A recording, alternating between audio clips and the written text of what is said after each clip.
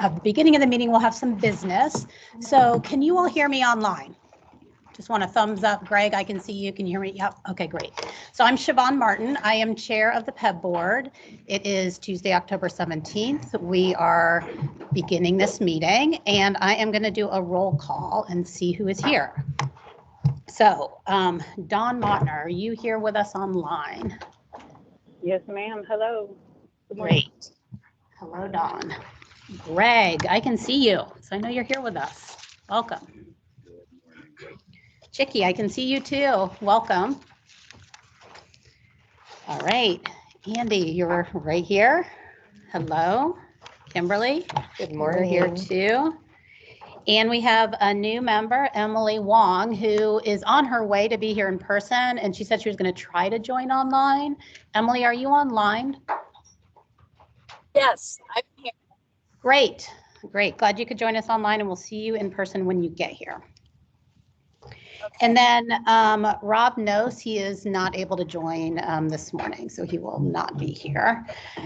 All right. And I know that Sean Parkman is going to be joining too. I believe Sean is going to be here in person. Yes. Okay. So before I get into saying a few things about the retreat, which is exciting that we have time to really delve into things today, we're going to do a couple of pieces of business, and then I'll make a few remarks about the retreat today. So first, I'm just going to start with the, you know what, did we get the minutes from last month? I don't remember going over the minutes. Maybe we should do the minutes at the November meeting. So I'm going to put off that board item until the November meeting. And we do have a rule change that April is here to speak with us about from PEBB staff. And that does require a vote this morning. So I'm going to turn it over to April, which, yes, please join us up here. And then if you're having any trouble hearing online, I'll be looking at you, Greg, if you can raise your hand if there's any audio issues, because April's a little bit further away. So go ahead and speak, and let's do a check first. Okay, can you hear me online? Yes. Okay, great. Loud and clear. Yes, thank you. Go ahead. I have kids. I can shout.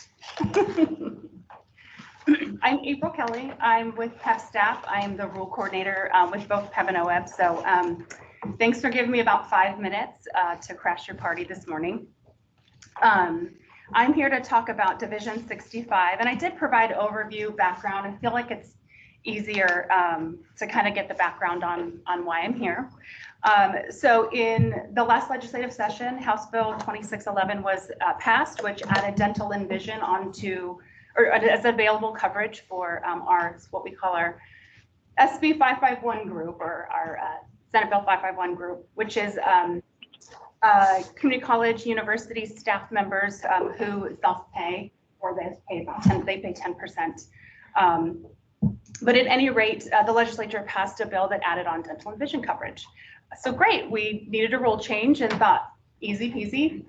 Turns out in the last couple years, we did need some rule changes to that Division 65. We did work with internal staff to kind of clarify some language. We also worked with Department of Justice, and then we convened a rules advisory committee with various university and community college staff. And so I'm here today. The agenda actually says permanent rule, but I'm just asking for the approval to move into the permanent rulemaking process, which includes opening up for public comment, holding a rules hearing, and then coming back to you and in your December board meeting. So just wanted to highlight a few of the changes. Hopefully you had a chance to read through them. But the first, in the first section, the Rules Advisory Committee just asked if we could provide some definitions. It makes it easier as somebody's reading through, especially as members are reading through our rule. They wanted, of course, in section 2, we added dental and vision coverage. In section 3, providing a little bit of clarity about not receiving any monetary incentives, because we don't want folks who are eligible for this program then to opt out and receive an incentive. And then the last thing I wanted to highlight is now moved to 5B, but just individuals who enroll in the SB 551 program who then gain eligibility under PEBB We wanted to clarify that they are able to opt into PEB coverage and vice versa, because we've gotten questions about that over the couple of years. And then on the last page, just more clarification. I think it's always best to provide clarity and role when we can. Does anybody have any questions? I just wanted to make a remark, which is, we did discuss this as a board when the law first passed, and just want to remark it's very positive that we're going to have folks who get healthcare coverage who were not able to before, and I see this as a necessary part of the process so people can get their coverage. So what we're looking for, if there aren't questions, we need a motion. Do I have someone to make a motion that we adopt this rule? Oh, adopt the process of moving forward. Right. So I'll make a motion to pursue the rulemaking process and go for public comment for the changes to Division 65. Division 65. I'm like, Thanks for getting the numbers. Yes. Okay. Do I have a second on that motion? I'll second. I can second if you need. Greg? Greg, did you just say you I can- seconded? Yeah, I can second if you need. Okay, thank you. I know in the room we had Kimberly and then Andy. So we can go ahead and start with you on voting then. Greg, how do you vote? I vote aye, thank you. Yes, great. Thank you. All right, Dawn, how about you? How do you vote? Approve. Thank you. Chicky, how do you vote? I vote to approve. Thank you. All right, thank you. And Emily, you're also able to vote? How do you vote? I vote to approve. Great, thank you. All right, so it passes unanimously. Thank you. Great. And get the process started. Thank you. All right. All right, so I know we have a couple people who are making their way over here, so I just want to let you know we had a little bit of a location snafu. Sean is on his way. He'll be here in a few minutes, and it sounds like Emily is going to be to the building soon as well. So I just wanted to say a few things before we launch into discussion today.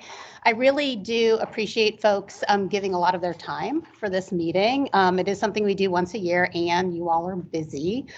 And I just also want to recognize that as a board, I feel very positive about the direction we've been going and our ability to work well with the carriers to make what we want clear, to hold costs down while we continue to have discussion around equity and being inclusive of populations that haven't necessarily gotten the same level of access to healthcare, as well as making sure that we are continuing to provide the quality benefits that our members expect. And this has continued to be a real challenge. We all have to recognize that healthcare is complicated and it can be very opaque, certainly for me outside of the healthcare field. And I know that we do a lot of work. I want to recognize staff too, because PEB staff really do a lot to support the board, along with our team at Mercer and the partners we work with. And we're always looking for solutions, like how do we do this work better?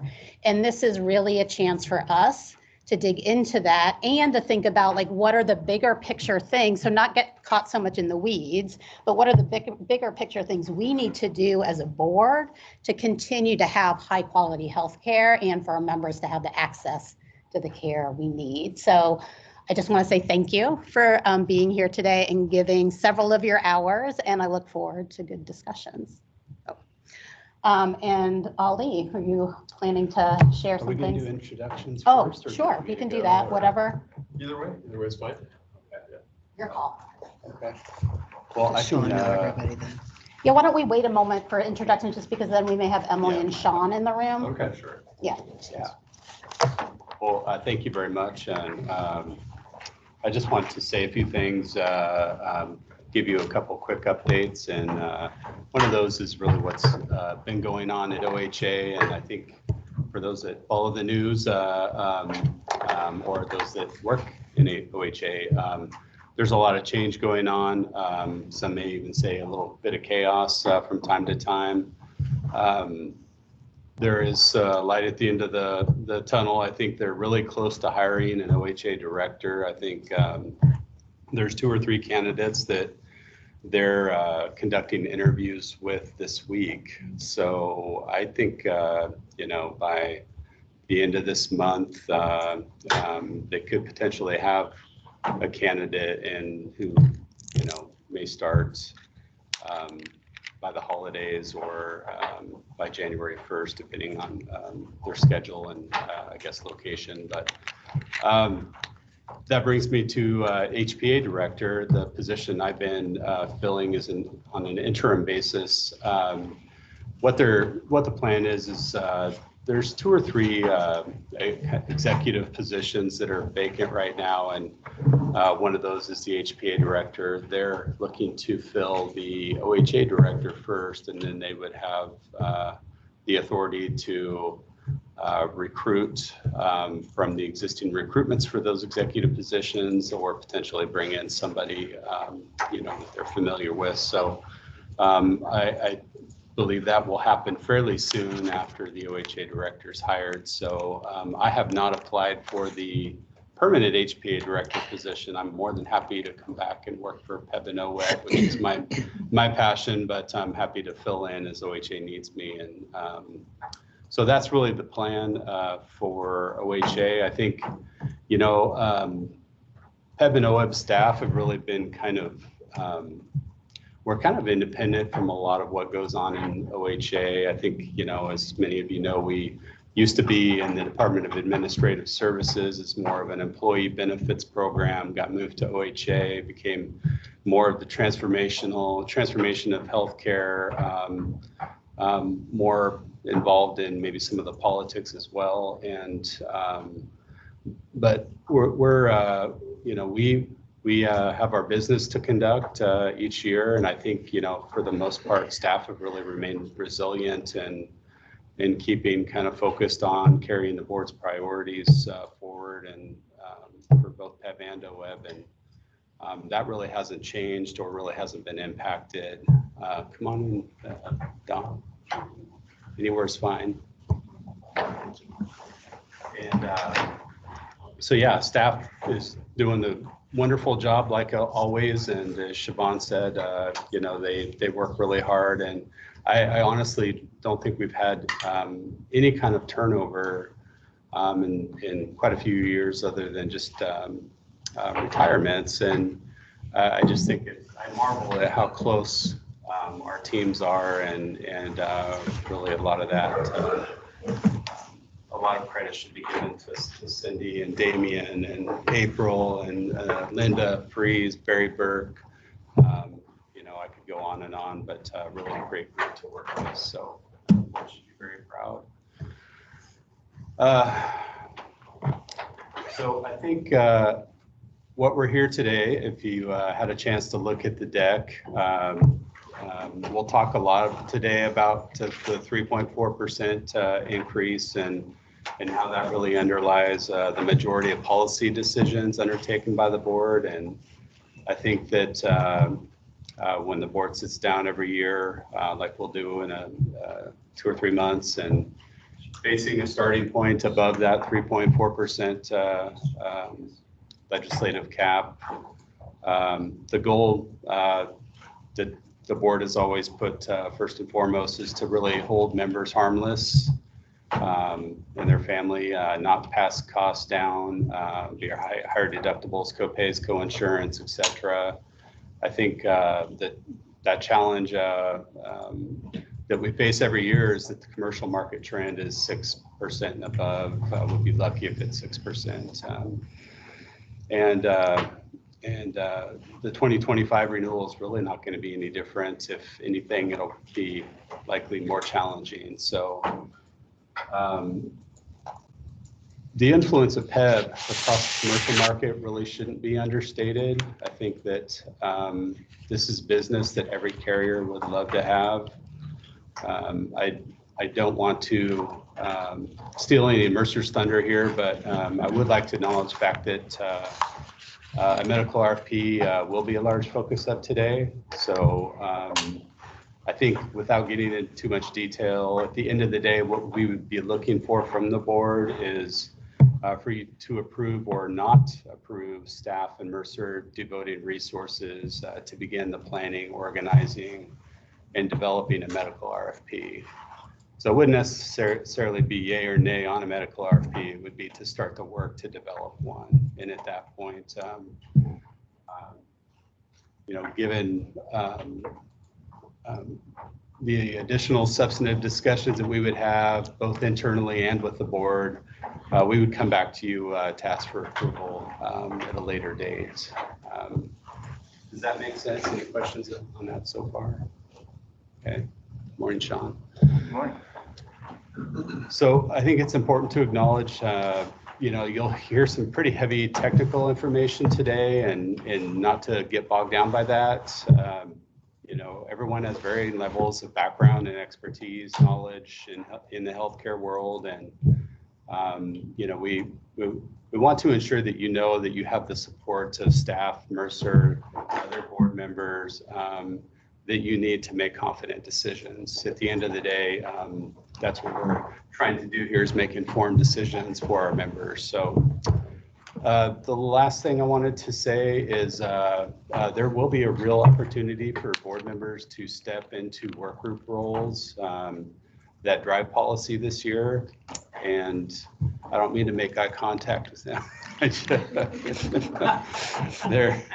There could be opportunities within the Joint Innovation Work Group, which has been piloting several joint initiatives, as well as to participate in the OEB Strategies, Evidence, and Outcomes Work Group, which is taking on emerging plan design questions such as weight loss drugs.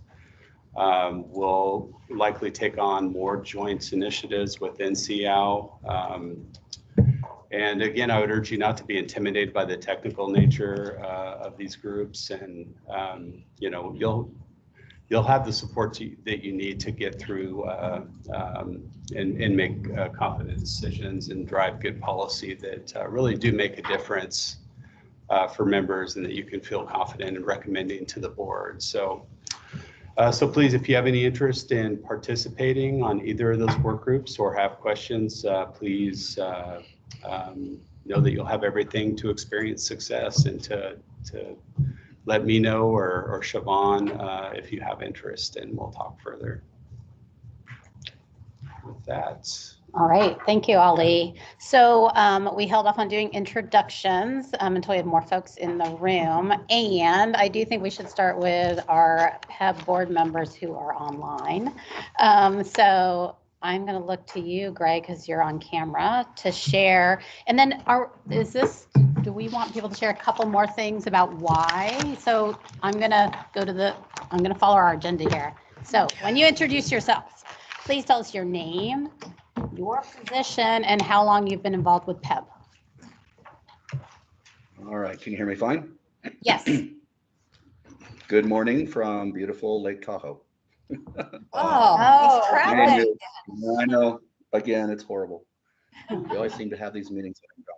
My name is Greg Klauser. I am from Umatilla, Oregon. I am a 24-year correctional corporal working for the state of Oregon. My position, of course, is a board member. Coming up February will be my first year on the board, but prior to that, I served about, I believe, 6.5, 7 years on the PEBB committee. And so that's where I got my, basically my insurance start. So nice to meet all of you. And Greg, I have two bonus questions for you because I wasn't noticing them when I was first looking at the agenda. What brought you to the PEB board, and how is the work of PEB important to you? So what brought me to the PEB board, and I know we've talked about it before, was many years ago, as a union person, I had worked on a lot of insurance things, being from the east side of the state. We had some stipends that were taken away. We at one point had an issue where when I really got heavily into the insurance, we had some problems with some of our insurance on the east side, and so I dove into it. And then when the PEBB committee came up, I dove headfirst into that. because I wanted to make sure that everybody in the state of Oregon had good insurance, no matter where you lived or who you worked for as far as statewide. And so that was my big, that's my, even today, that's my big deal. And so that's kind of what got me into it. And the second question was what I want to see. Or how is the work of PEB important to you? It's important to me because I think that, as we all know right now, recruitment retention is huge. Our insurance, I think, is a big part of why people come to and how we can put the face of Oregon out there for people to come to and work for us, because we have a really good package to offer. And as well, we are able to, when something happens, I mean, I've been in corrections, worked on concrete 16 hours a day for a lot. When something happens to one of my members or one of our individuals, we're able to go to the doctor, get those items fixed, and come back to work and not be out, not have to work tons of overtime or work a second job just to cover our broken hip. Yeah. So that's kind of what keeps me here. So thank you. Yeah, thanks, Greg. Thanks for sharing. All right, Chicky. So your name, your position, how long you've been involved with PEB, and then what brought you to the PEB board, and how is the work of PEB important to you? Good morning, everybody. My name is Chicky Flowers, and my pronouns are she, her, hers, and shakanya. If anyone is wondering what the last two pronouns are, they are Filipino, so I am Filipino American. I am the director of the Oregon Health Insurance Marketplace and have been the director for 6-7 years. I keep forgetting just because the years seem to, it feels like dog years sometimes, so it feels much longer than that. How long have you been involved with PEB? I think I've been on the PEB board for almost going up into a year now, but have been an enrollee since 2012, I believe, 2012 or 2013. What brought me to the PEB board? Not going to lie, Jeremy Vandehey left, so I was asked to fill in his very big shoes. So I was appointed by the OHA director. How is the work of PEB important to me? What Greg said, this is a huge bargaining chip, negotiating tactic with attracting talent and keeping talent within to work as a public employee for the state of Oregon. I am also an OHA staff member, so describe what you do for PEB. Hopefully just encourage and provide moral support. We all, PEB and OWEB and the marketplace all belong under the Health Policy and Analytics Division. So I hope I don't nag them too much, but we work a lot collaboratively. So I hope I can say my team and I, we're as supportive as we can be to the PEB and OWEB staff. That's great. Thanks so much. All right, so we are going to move to the room. And Dawn, I'll start with you. Good morning, everyone. Dawn Mautner, she, her, and Aya are my pronouns. I serve as the Medicaid Medical Director for OHA. I'm on the board in the role of a Medicaid or insurance industry representative. And I've been on the board for almost 2 years, year and a half. That's right. Ali keeps track for us. So. Thanks, Ali. Feels like yesterday. I joined the board during the pandemic in the wake of Dana Harganani's pulling back from some roles and some additional leadership turbulence that left open a position, and I'm so glad that I was called. We are too. Thank you. The work of PEB is important to me for two primary reasons. One is certainly the care that our public service employees are able to access, but the other is the leverage that PEB has to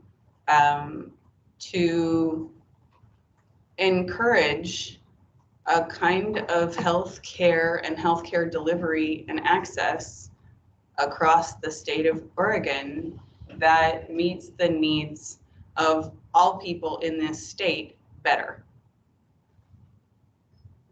I think that the work that we do and the plans that work with us have an opportunity to strengthen and improve health outcomes across the state, including in some ways that we have yet to see. So I look forward to that conversation, especially as we talk about this next RFP. What can they do? Our system is different from every system in the industrialized world, and a huge amount of power lies in the payers and how they choose to deliver services. The same is true for Medicaid. Medicaid recipients benefit when PEBS negotiations go well and our payers build the habits of delivering good service. So those are really important to me. And I have deep gratitude for the staff for bringing us along. Thanks, Tom. That's true. Sean? Sean Parkman. I work for the Oregon State Fire Marshal, and I've been in the position of a SEIU representative on the board for a long time. Over 8 years. Let's say 8. Before that, I was on the PEBB committee when it was first formed, and so yeah, it's been a journey. What brought me to the board? I come from a public health background, and when the PEBB committee was formed, there was a desire among the union as well as staff to just have that perspective. And then the PEBB board, the decision was made to have some sort of rank and file members on the board as well. And so I was invited, and that was my honor and privilege. Why is it important?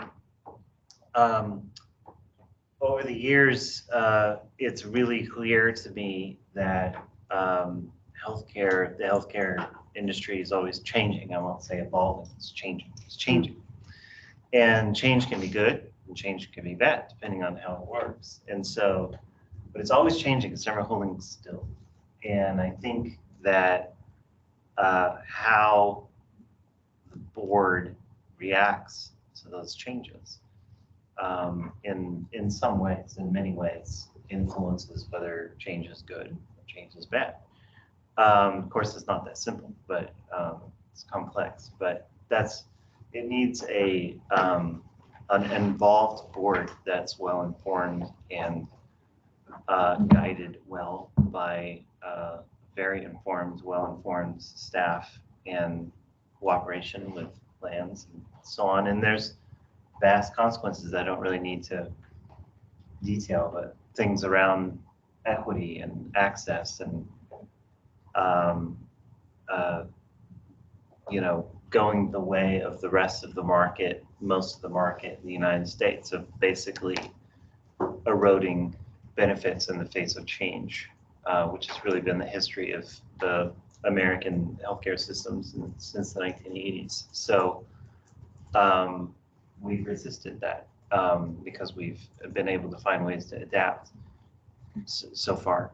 And we just kind of have to keep trying and see how long we can do that. So that's why it's important, I think. Thanks, Sean. Andy?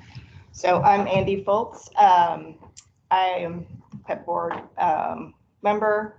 I've been in higher education since 2007 and been in PEBB, I think, 1.5 years. I know I've been to at least, this is my second retreat, so I'm like, that's how I count it. Yeah.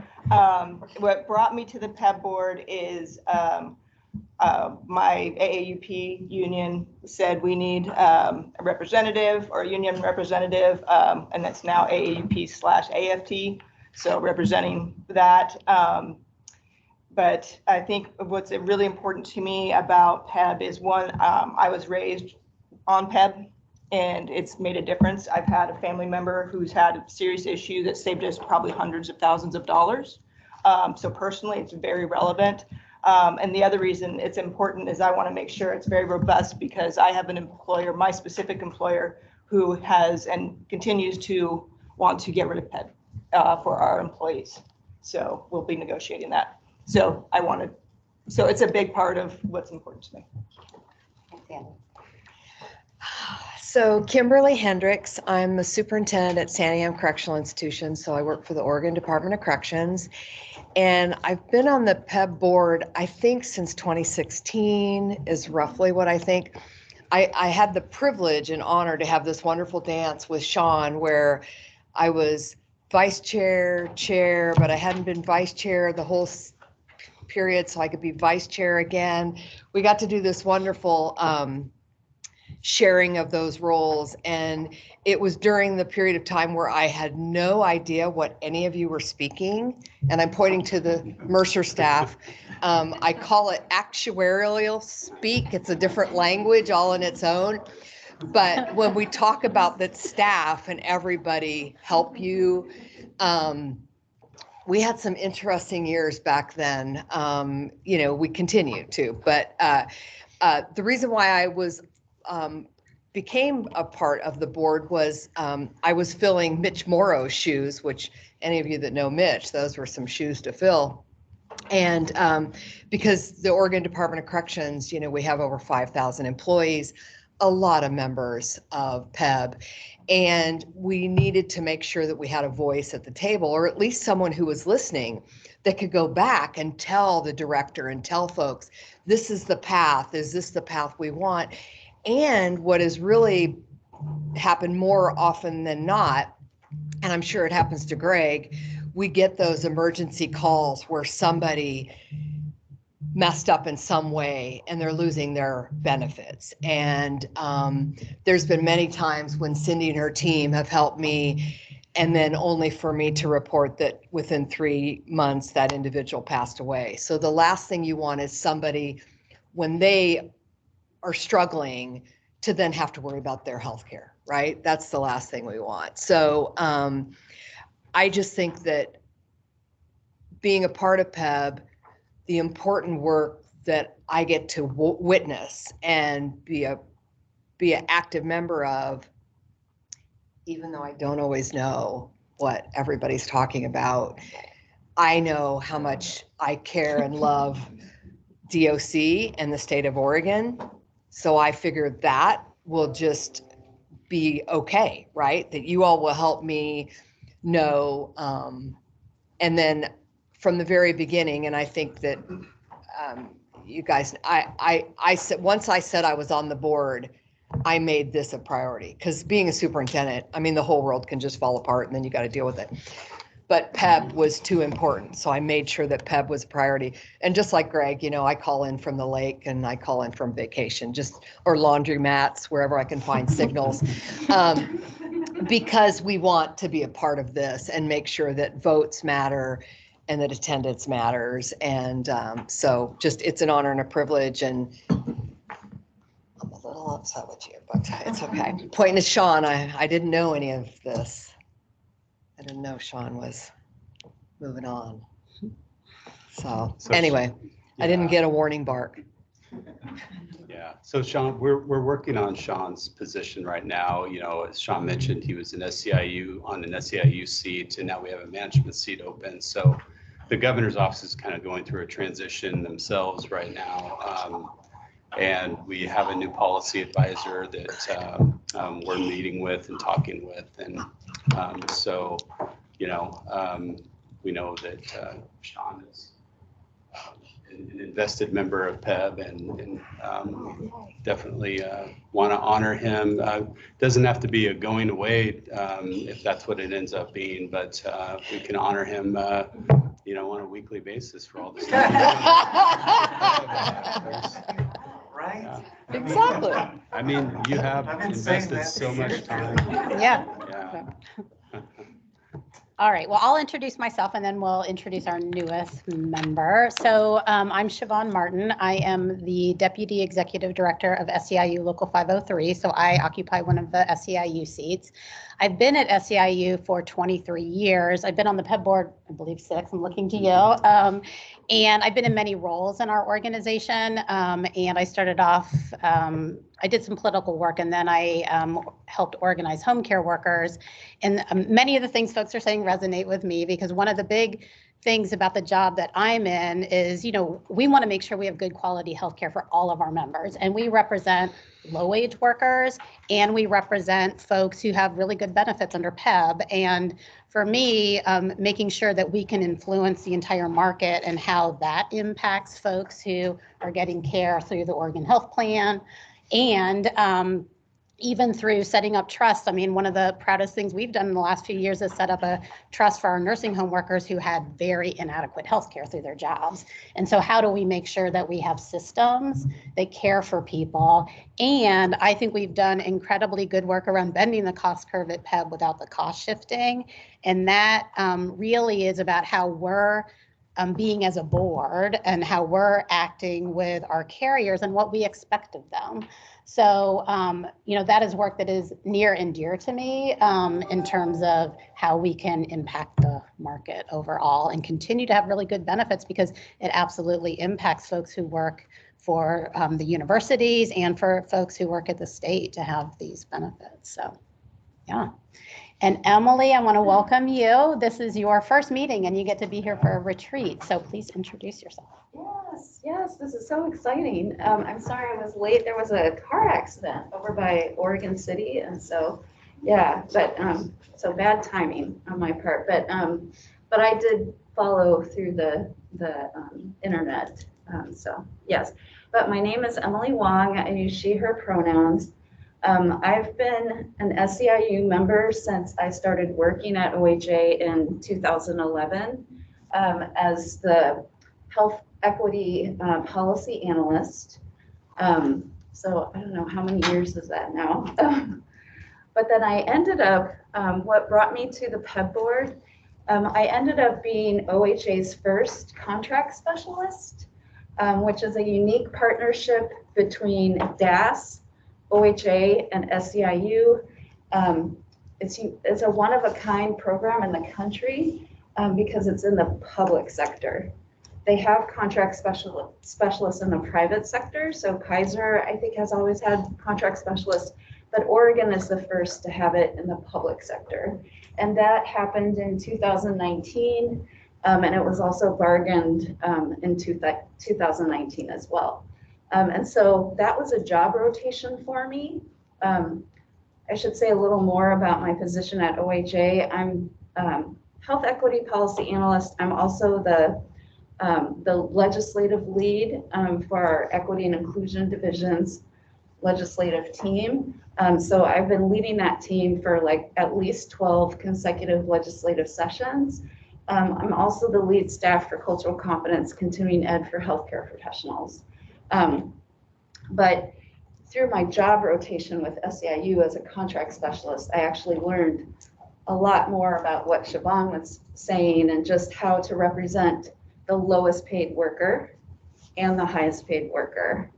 And then just learning more about all the tools that are available to leverage in order to do that, not just for our workers, but their family members. And we also touch retirees.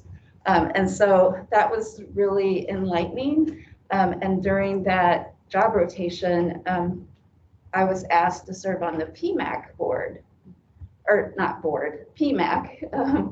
And that was really exciting for me because my roots of my 25 plus year career in public health and healthcare were in healthcare access.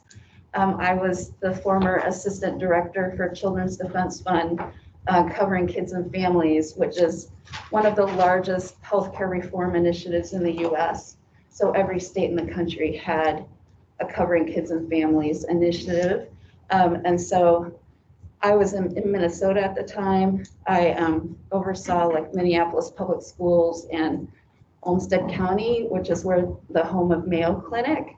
So very progressive and very conservative initiatives around healthcare access. And so we did some amazing things to transform the system at that time. And Oregon Health Authority is amazing because we're probably the most health reform minded state health agency in the country, I would say. And so it's really exciting to be thought of for this board. And how is this work important to me? Like many have shared already, there's a lot of personal reasons. So I'm a second generation Taiwanese American. I married into the Nez Perce Umatilla family in the 1990s. And so definitely my family, my mixed race, multicultural family is disproportionately impacted by a lot of the health inequities, especially after COVID. Just lost my Nez Perce father, who was one of the last elders that speaks the language fluently, Nimipu language. My mother, who's Taiwanese, just had a stroke. And because of PEBB and because of my healthcare benefits, our family has been able to navigate and, survive and thrive. And so I want to help make sure that all of my state colleagues can also have those types of supports, especially when they're in need. So should we go to staff and then? Yeah, sure. Yeah, I'm Ali Hassoun, he, him, his pronouns, Director of PEB and OEB, and Interim Director of Health Policy and Analytics Division. Describing what I do for PEB, generally, work a lot with the governor's office, legislators, the Department of Administrative Services and Legislative Fiscal Office on a lot of budget policy issues. Working, I think more than anything nowadays, this job is kind of a permanent fixture on the OHA leadership team, which it did not used to be, like when Kathy Loretz was director, or even going back to Joan Kapowicz. And that there's good and bad. The good part is you really have a voice in what's going on in OHA and have an understanding of what's going on. But it probably does take about half my time. I mean, throughout the week, there's multiple leadership kind of meetings and, 3-hour blocks, 2 to 3 times a week. So I have less time to work, I think, with things I'd like to do, like working more with carriers or even with staff. But as I mentioned earlier, and I neglected to mention Margaret and Glenn earlier, I mean, they carry so much of what PEB and OEB do, and it's just incredible to be able to have such strong team members to lean on. And I think that we've had unbelievable directors in the past. I mentioned 2 of them there, even within OEB as well. And I think there's been incredible board members in the past that have really contributed so much to the board that you kind of tried to look up and live up to that legacy. And that's generally how I kind of view my job. And I still stay close. I just talked to Joan yesterday and to those people, and they're still so interested in what's going on here. And really it all boils down to what you're doing for PEB members, like Emily said, and that's really what drives you. And unfortunately, when I talk to PEB members, it's usually a really serious situation. But I feel so good knowing people like Cindy and Linda and April are there to help people, because even me, going through a health issue or somebody in my family, it's so confusing. I mean, even, the director of PEB and, to navigate your way through everything, and it gives you so much sympathy and understanding of what your members are going through. So when you talk with them, you have a good understanding of what they're going through and how you can help them best. So do you want to recognize the folks? Is there anyone online we should have introduced? Because I don't know the different folks who are online. I know Rose, for example, provides lots of support at every PEB meeting. Rose, you want to introduce yourself and how long you've been here? How quickly do you want to go? Yeah. Rose, are you able to come on off mute?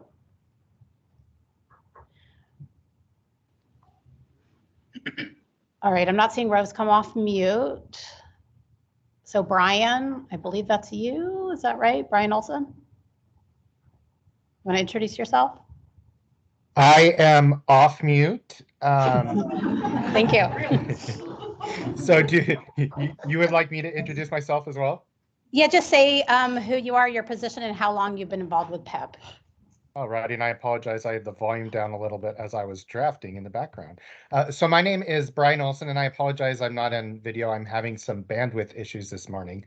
I am the OEB and PEB contracts team lead. I've been involved with PEB going back to 2008, I believe. I never thought I would work for a single program for this long, but certainly it's been rewarding and challenging. And so, yeah. All right. Thanks, Brian. And I believe I was told Ruby's online, and my apologies. I can't see full names. I only see last names. So Ruby, can you introduce yourself, please? Sure. Can you all hear me? Yes. Okay, great. I'm not going to go on camera because I'm a sweaty mess. I just got done working out. My name is Ruby Castaneda. I use she, her pronouns, and this will be in December. It'll be year 3 as a staff member of the OEB PEB contracts team. And I help with all the contract negotiations. So that's it. All right. Thank you. All right. And I've got staff behind me. Margaret. Yeah, hi. Hello, everyone. Good to be here. I am Margaret Smith-Isa. I am a part of PEB's, the PEB OEB program team. So we do a lot of work with both the innovation work group, strategies on evidence and outcomes work group, and any and all other priorities that the boards identify. That's really what we focus on.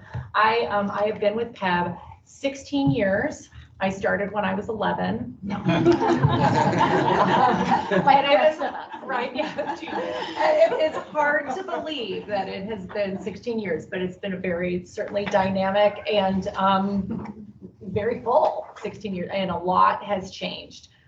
So it's interesting to think about how far the board has come and how many different initiatives and programs we worked on over the course of that decade and a half, and to think about the fact that there's still so much more to do. So really glad to be here. My name is Glenn Bailey. I'm the Policy Program Development Coordinator for OEB and PEB. Like Margaret, I work in a number of the areas such as the benefit programs, such as such as Weight Watchers, a number of those other areas. I also staff the OEB Strategies on Evidence and Outcomes work group. And I'm also legislative lead for both PEB and OEB. I started out with OEB back in 2008, but became more involved with PEB, especially on the legislative side, as the lead on that. Actually started off sitting next to Ali. He had a cubicle right next to me, so. Thanks, Glenn. I'll turn it over to. Oh, that's it. Okay. Yeah, I don't want to take up everybody. My name is Sharna Freeman. I am here as a program and policy consultant. I always have to think of my title. It's an odd one. I was hired on about 2 years ago to help PEB and OEB with their health equity focus. And so I am a lead for the staff on health equity work group, and I also do health equity reviews for our bill analysis, and I do help sometimes watch the bills that are 4s and 5s. I get to watch a lot of those. You'll be doing some more than that. Yes. So I'm so happy to be here, and this is my also second gathering like this. So look forward to seeing what happens. Good morning, everyone. I'm Cindy Bowman. I'm the Director of Operations for PEBB and OWEB, and that means that I work with the benefits team, the communications staff, of which we have 2 online, and our administrative level administrative staff and systems. Did I say systems already? Yeah. Anyway, I do have the privilege, as Kimberly commented, to work with members when they're having an extremely rough time and need some assistance. So if you ever have a member contact you and they need some help, please direct them to me, and I'll make sure that they get the help they need. So it has really been a privilege to work here. I tell everyone that my PEBB benefits are the best thing. I came from private, and I worked for Standard for 16 years and came here and at a considerable pay decrease when I started, and my benefits made all the difference in the world. It completely made up the difference. It's been amazing, and I've enjoyed working with all of you. So. Okay, my name is Monette Hunter. I'm an admin for OHA, and I came on board in August, mid-August, from ODOT. I'm Stephanie Dodson. I work for 11 PEBB on the Dependent Eligibility Review Team. I just transitioned out of the admin position, and I have been here for about 1.5 years. April Kelly, I pulled up my title because I never use it. Program Benefits and Services Coordinator, which means I'm the rule coordinator for both PEBB and OEB. I work with Glenn on legislative bill analysis, and then I also am a lead on member services, and then other duties as assigned. And I've actually, I came on board with OEB in 2008, so I've been there quite a long time. Transitioned to working with PEBB in the past probably 5 or 6 years. But even before that, I started in benefits as a benefit coordinator at Oregon State University. So that's kind of where I started in benefits, and still love it. Still here, and like Ollie talked about earlier, we have a great team. We don't have a lot of turnover. We just all of our teams work really cohesively. So glad to be here. So Andrew, I'm going to say you recognize folks online on your team, because that'll be easier if you do that and then take us around the room. Yeah, absolutely. And so I think on the line we have Sarah Drake from our pharmacy team. I see Dr. Ian Schwang is on as well, and Dan Wendt is on as well, one of our behavioral health subject matter experts. Maybe if you guys just want to wave, we'll try to make up for some time here and do some relatively quick intros, but thank you all for joining. I'm Andrew Hoffheimer, Mercer's lead consultant for PEBB. I just want to say it's an honor to get to work with you all, to work with a group that genuinely cares about outcomes for your constituents. How healthcare is delivered in the state is really an honor and a privilege for the entire team here. I've been on this team for 2 years now. This is also my second retreat. And so I still feel like a relative newbie. There's so many folks who've been committed for so long, but really excited to be here in person, get to see some faces that I recognize, as well as meet some new folks.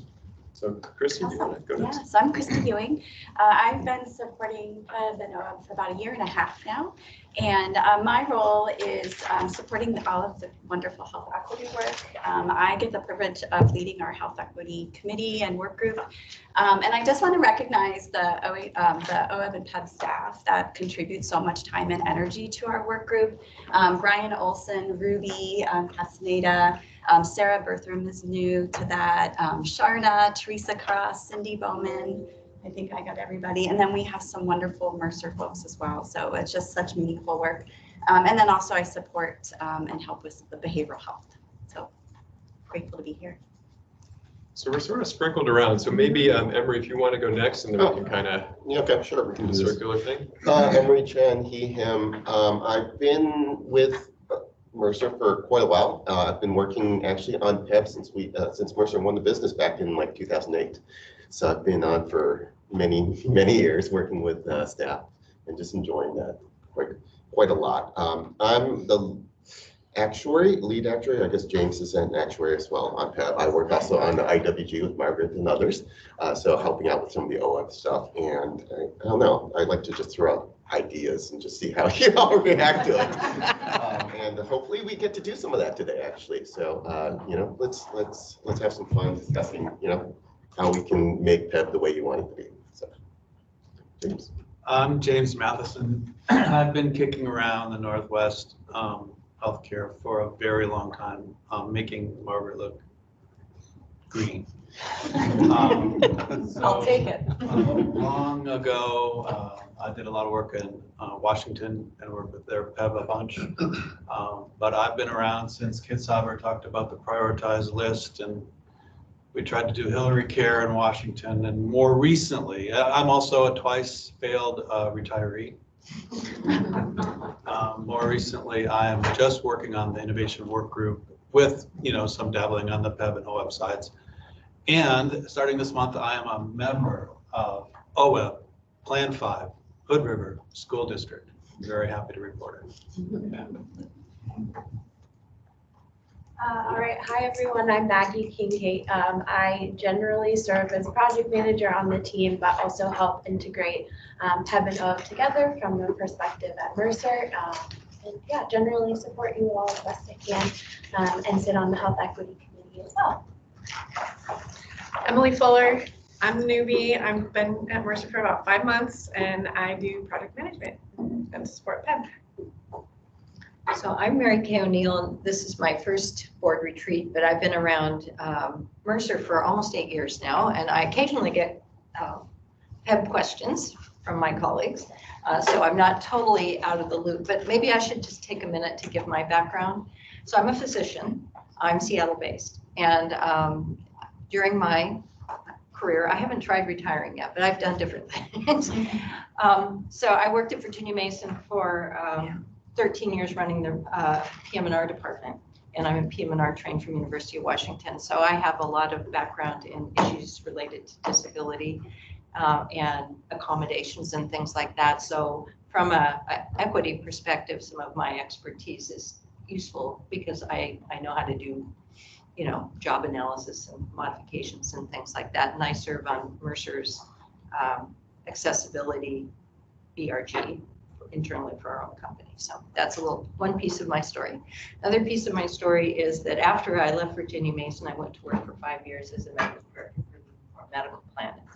So I spent 5 years in the healthcare authority in that other state, and of course learned a huge amount about population management, about state employment, about all the issues of the range of employee types and geographic locations, and working with delivery systems and all of that kind of stuff. You know, was learned a huge amount. Plus, I got just pulled in on the policy side, because if you were licensed in any way, shape, or form in Washington and a legislative question came up, or rulemaking or whatever, I got all involved with that, whether I knew what I was doing or not. But by the end of the 5 years, I kind of knew what I was doing. So then I was off to being the regional chief medical officer for Cigna, which included Washington, Oregon, Alaska, Montana, and Idaho.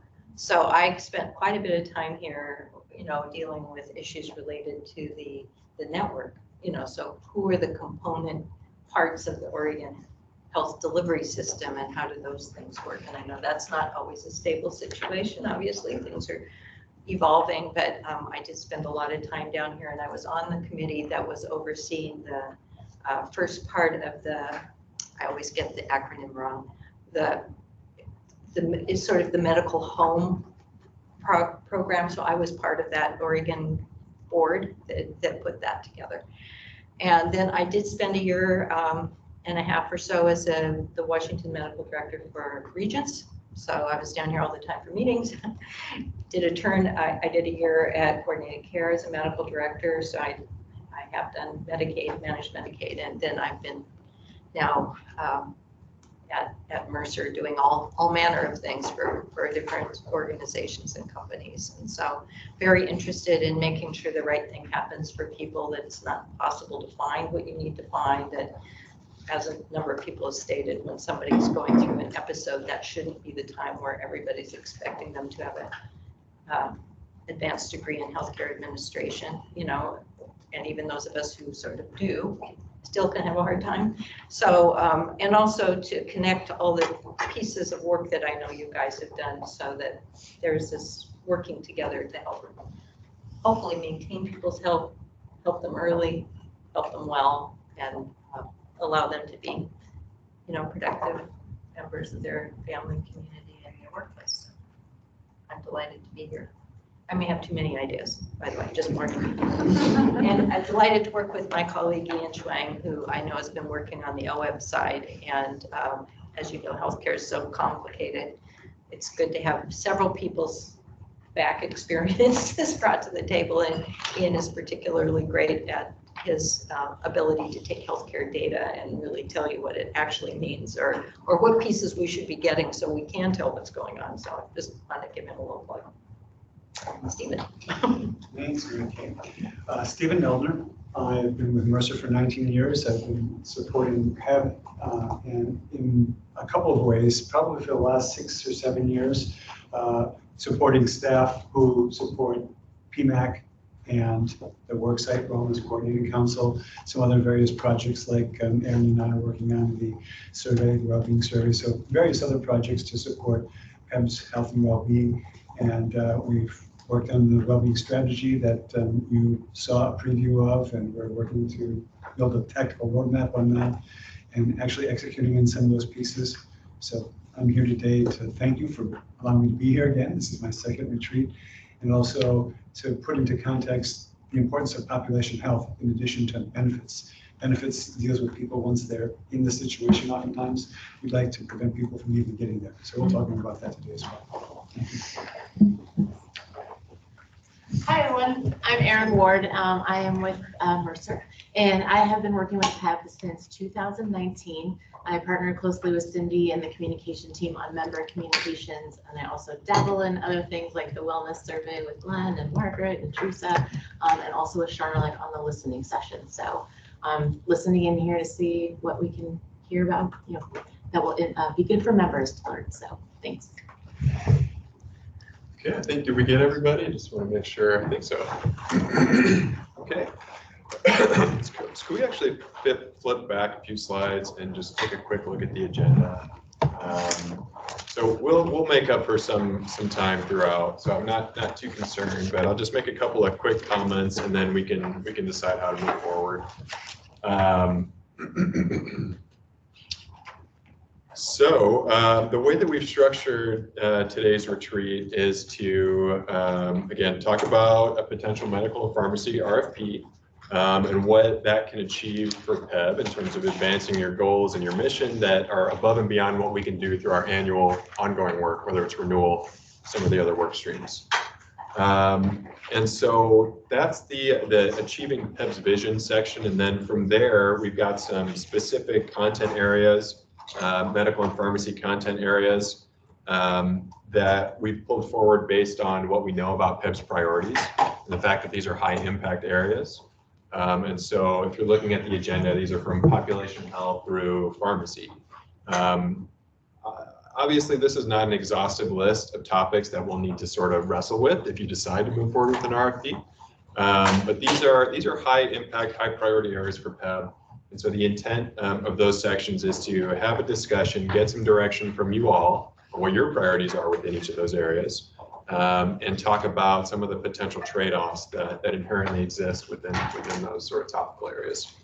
We also have the RFP timeline and logistics at the end of the day. And so just a couple of slides there that are more logistics focused, again, should the board vote to move forward with development of the RFP. And so we do have a couple of breaks baked in. We've got one in the morning, one in the afternoon. We've got a lunch break. It's a long day. I would just encourage folks to stand up and stretch their legs, get blood flowing, feel comfortable doing that at any point. And so, at this point, I guess, Siobhan, are you thinking, should we move through the first section and then we'll do a break afterwards? Does that sound good? I think that's what we should do. And again, I want to encourage people to stand up if you need to stand up. And certainly you should use the facilities if you need to use the facilities. So. All right. So if we want to proceed, we do have a practice polling question as well, just to make sure that, do we have time to do that, Maggie? We do, okay. Yeah. So, yeah. This is for board members, and you should, it's not advancing on here. There's a QR code, or you can go to the link and enter the code, and it will bring you to a polling question. And it's also printed in your packet, so you can scan something a little closer if that's better for you.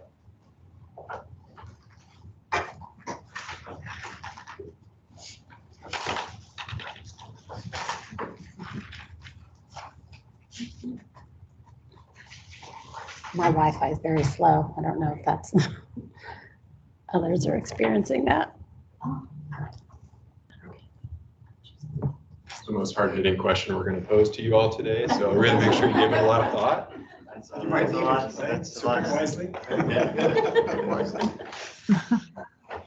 If anyone's having a hard time online, just maybe raise your hand in the chat and we can try to help you troubleshoot. Mine's just really slow. Teleportation of that. Can you do guests? See if it works. Like eventually gonna get there. This is real slow. Okay, here we go. I guess it's pretty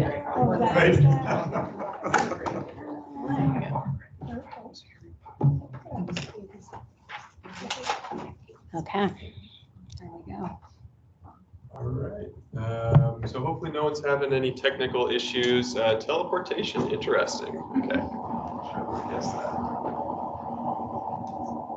Okay, thanks for indulging us. Glad that that's working for everyone. I think if we're ready, we can proceed. And so this first section talks about, again, what can an RFP do for PEBB to advance your goals in a meaningful way that would be difficult to achieve through our sort of annual efforts, whether it's renewal or some of the other work streams. So if we want to proceed to the next slide, please. So these next 3 slides, and I'll move through them somewhat quickly, but definitely stop me if I'm going too fast or as comments come up. The next 3 slides are 3 different sort of guiding frameworks that we all use to sort of prioritize our work and our efforts every year on PEBB's behalf. And so this first one is PEBB's vision for healthcare. You're probably used to seeing this in a different format. Usually it's sort of nested under the governor and OHA. We pulled out PEBB for simplicity's sake. And this is a tool, as well as the next 2 slides, that we use annually, but also, should we proceed with an RFP, this will be one of our sort of guiding documents.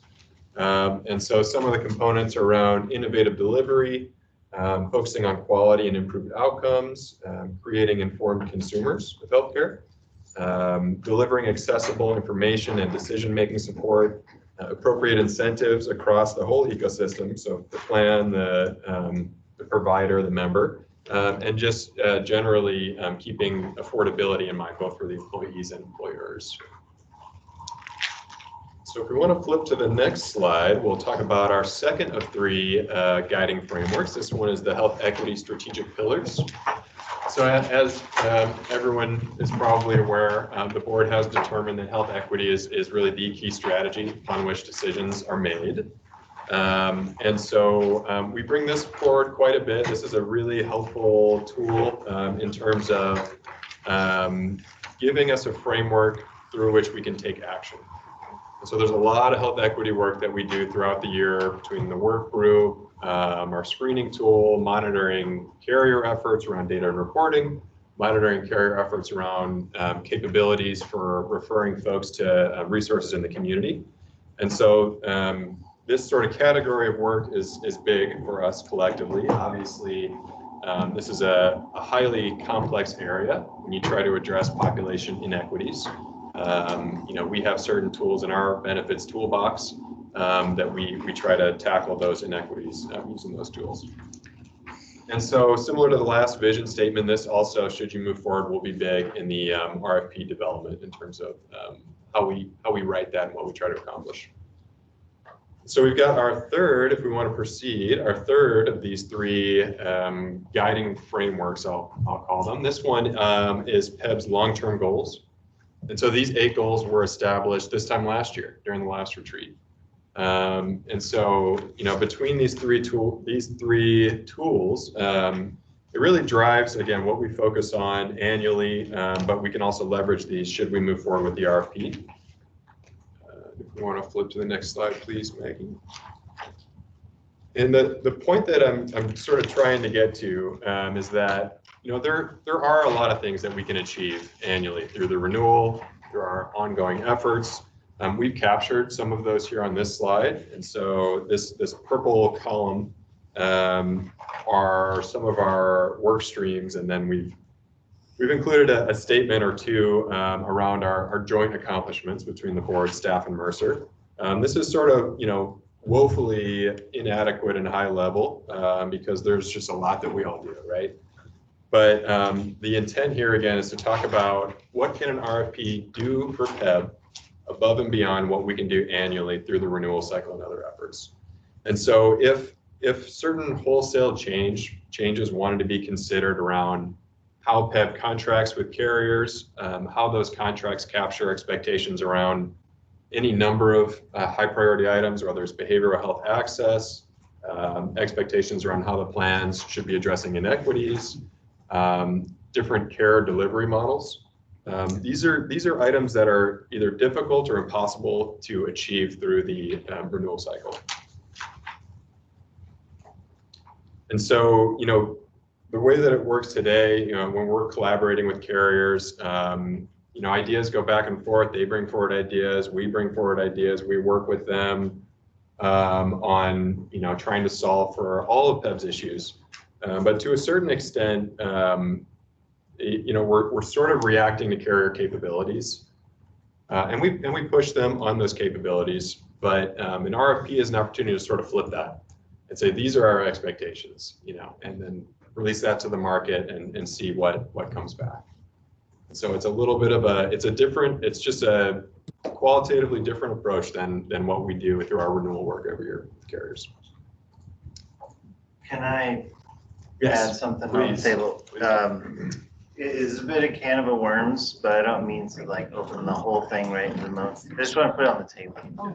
So on our vision, and throughout our history, we've talked a lot about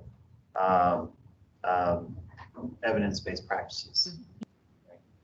And I can't believe really like I'm the one that's bringing this up because that's very important to me. So I want to hold that in one hand. Very important. And I also want to recognize that it is increasingly clear that a lot of evidence-based medicine is based on studies of white men. And it doesn't take into account like different cultural needs. And it's very important to us. It's very important to us, evidence-based medicine, because, you know, you're identifying low value, highly expensive procedures and things and like over medicating and so on and all this business. But nowhere in the vision right now do we really balance that with an equity statement of like, there might be things that technically work that we've stamped as like, this is science. And it works for everyone. And we know that because we tested it on white men. And we don't, yeah. So that's just like a tension in the whole thing. And it's like, I feel like it's kind of a tension throughout the thing because it's a bit about like, how do you approach different subgroups with different approaches. And so I don't want to like throw that away, but I also want to have a balance of that there might be alternative approaches for different people somehow. So I'll just leave that there. I think that's well said. Did you have a comment, Amy? Not on that, no. Oh, okay. I guess I'll just react quickly. You there might be an opportunity to spend time revising the vision statement as well as the health equity strategic pillars, which is another one that we sort of marked last year as something that we really, it's intended to be a living document. And so I think that's a great comment, and we should pin it and address it in an upcoming meeting. Yeah. At some point, are you going to describe what an RFP is and how that is different from what we have? Okay. Yes. Perfect. Yeah, and that's a good segue to something that I meant to say at the outset, which is, when we're talking about a medical and pharmacy RFP, we're really thinking about it as one RFP. Certain bidders might bid on certain parts of the business, but there are enough intersections between medical and pharmacy benefits that if you're going to move forward with one, it makes sense to do both. And just a little housekeeping on when we say RFP, that's kind of what we mean. Any other thoughts so far? If not, I think we can jump to the next slide. So we did document some of PEBB's biggest challenges. I'm sure none of these are a surprise to anybody. These are big concepts. We're going to talk about most of these today. And we are going to try to keep it high level. There is going to be opportunity, should we move forward with development, to really flesh out a lot of the detail. And so we'll do our best to keep it high level, but obviously these are nuanced topics, and so we'll see how that goes. And this is another sort of perspective that would largely inform how the RFP is written. And so, Sean, I'm going to steal a quote from you. You can let me know if I butcher it, but I think that you said, write the RFP for the plan that you want. Did I get that right? And so how the RFP is written will largely be based on addressing these items here.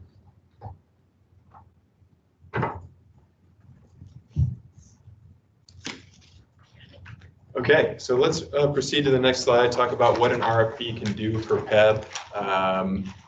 And so it really is an opportunity to sort of reground how the medical plan from PEBB's perspective should be achieving quality outcomes and supporting members. And so obviously there are elements around cost savings, favorable contract terms, which is something that we're going to come back to a lot throughout the day.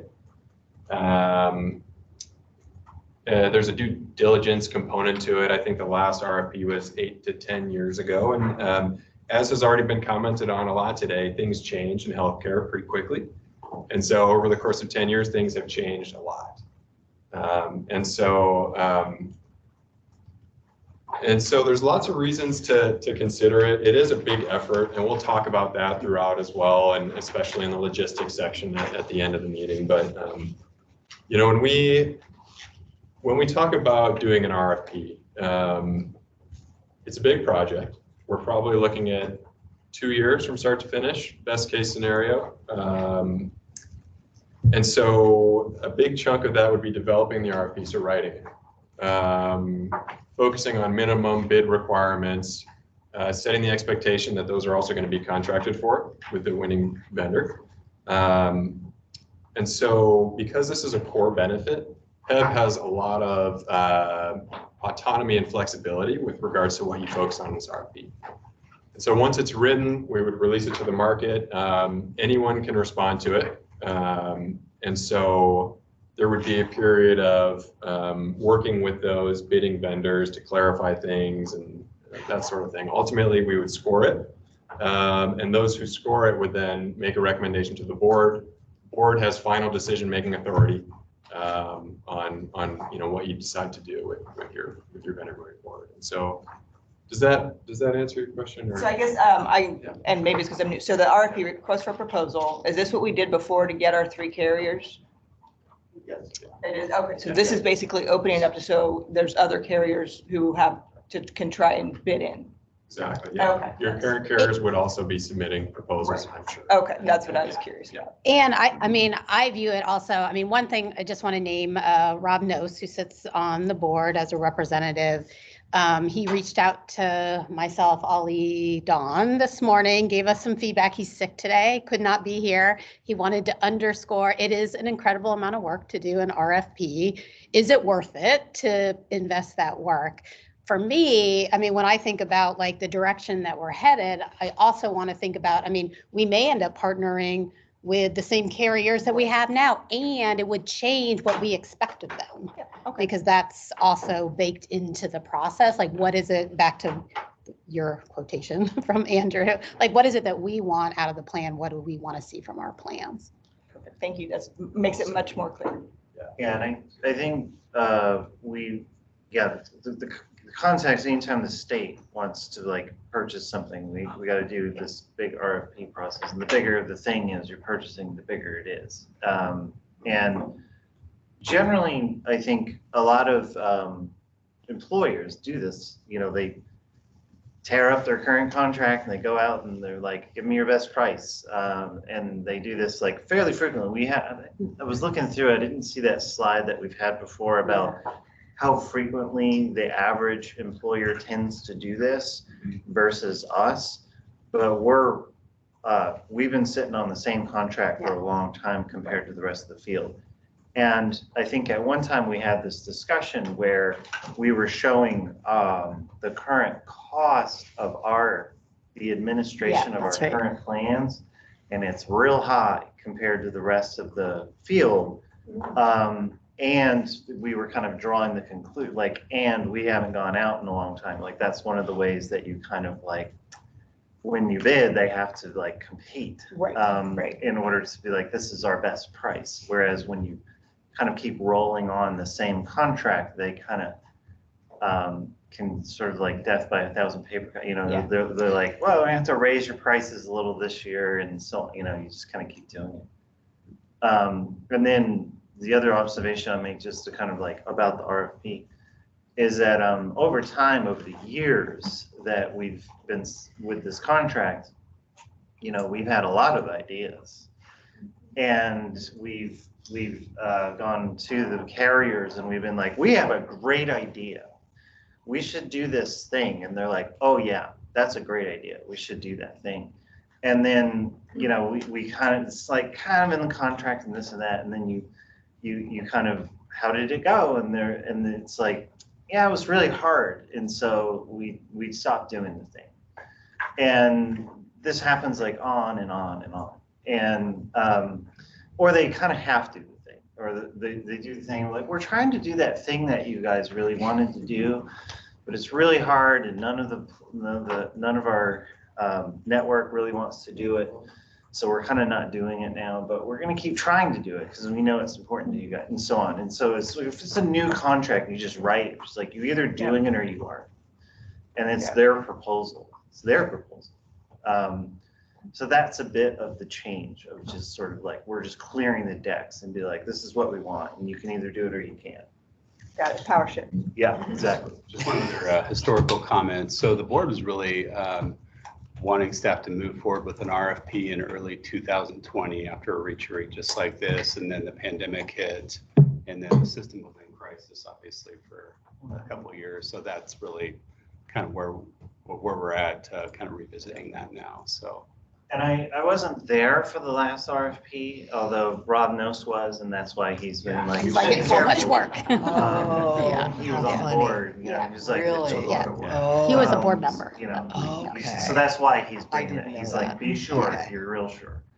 And it's a lot of work, like really, for the board, like really, as well as the staff, because anyway, but I think one of the, I wasn't there, but I think one of the one of the things that they were trying to accomplish with the last RFP was they wanted like a broad network with a whole bunch of different plans in it, I think. And I think their idea was that then there would be a bunch of choice for members, and they might compete with each other, the plans, in order to get more members. And so they wanted like a bunch of representation out in rural communities, and they wanted, so we actually started with a broader net of providers than we have now. We actually let some of them go, anyway. So that was part of the idea. That was a high value for that board. And maybe that's a value for us too, but it's just like, I think we're thinking also about like all these other elements as well. So that's just something to just think about, because it's like network adequacy is a thing, but I think they wanted like different carriers all over the place as much as they could get, so that there was choice. That was a big deal. And when they did, is this right? When they did the RFP, they didn't have the 3.4% in place. No. So they didn't even have that restriction on them yet. So we're operating under a contract that was designed before that sea change happened. And so that's part of the deal, so it was a very different moment. And so OHA was really involved in that RFP, and we ended up with 2 CCO plans, 2 regional CCO plans that couldn't really compete, to be candid, with the MODAs and the Providence, and really had to be financially propped up. And Emery or Margaret, feel free to speak up, but I think they couldn't even get, well, the one in Lane County, which one? Trillium. Trillium And Asante.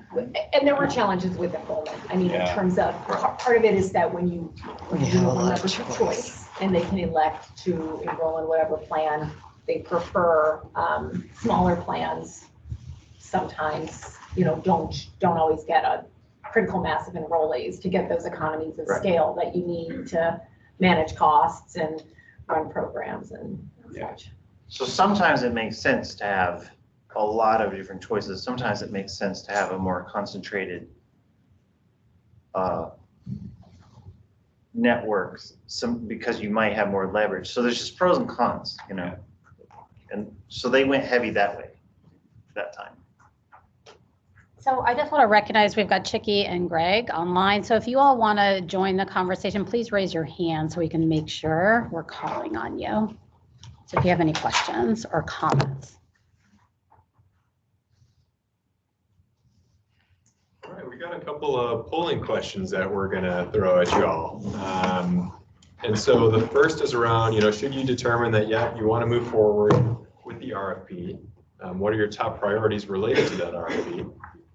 The next polling question will be similar, but what are your top concerns should we move forward with the RFP?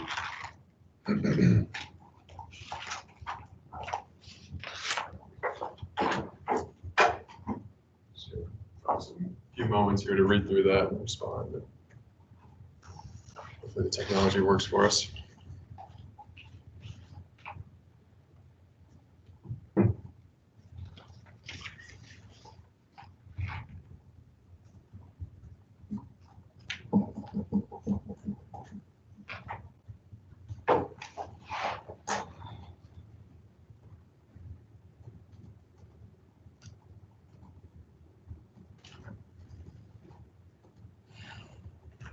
And Maggie, can folks select more than one, or is this limited to one? You can select more than one. You can do more than one. Okay.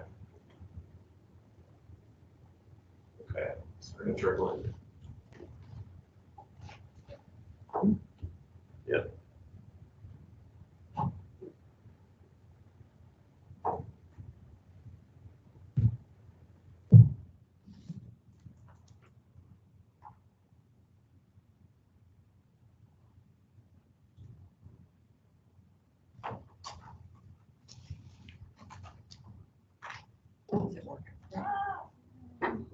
But I thought I could just get, there you go. Grab that yellow. Maggie, is that 7 in the top right? Is that the number of folks who've responded? People who have responded. Okay, okay. Siobhan's still trying to get logged It's in fine, I'm here. just been slow. Here we go.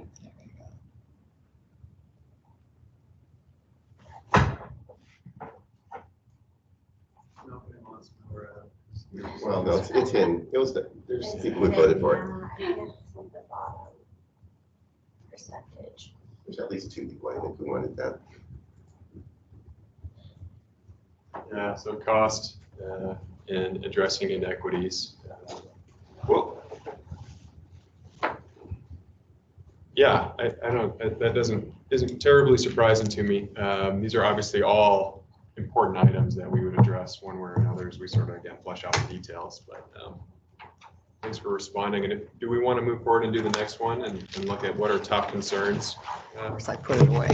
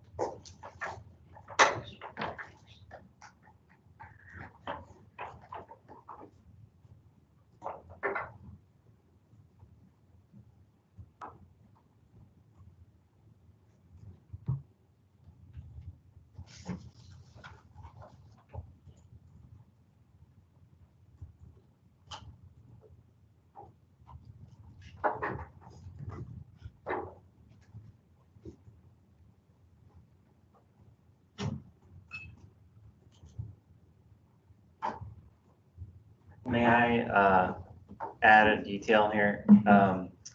So it seems like others have agreed, but the future carrier partners' abilities to deliver on what they have promised. It's been my observation that many of the initiatives that we have tried and either we or the carriers or both failed is because in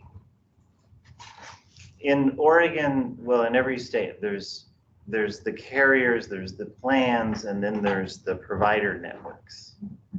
And in some states, the power is with the plans, and sometimes the power is with the provider networks.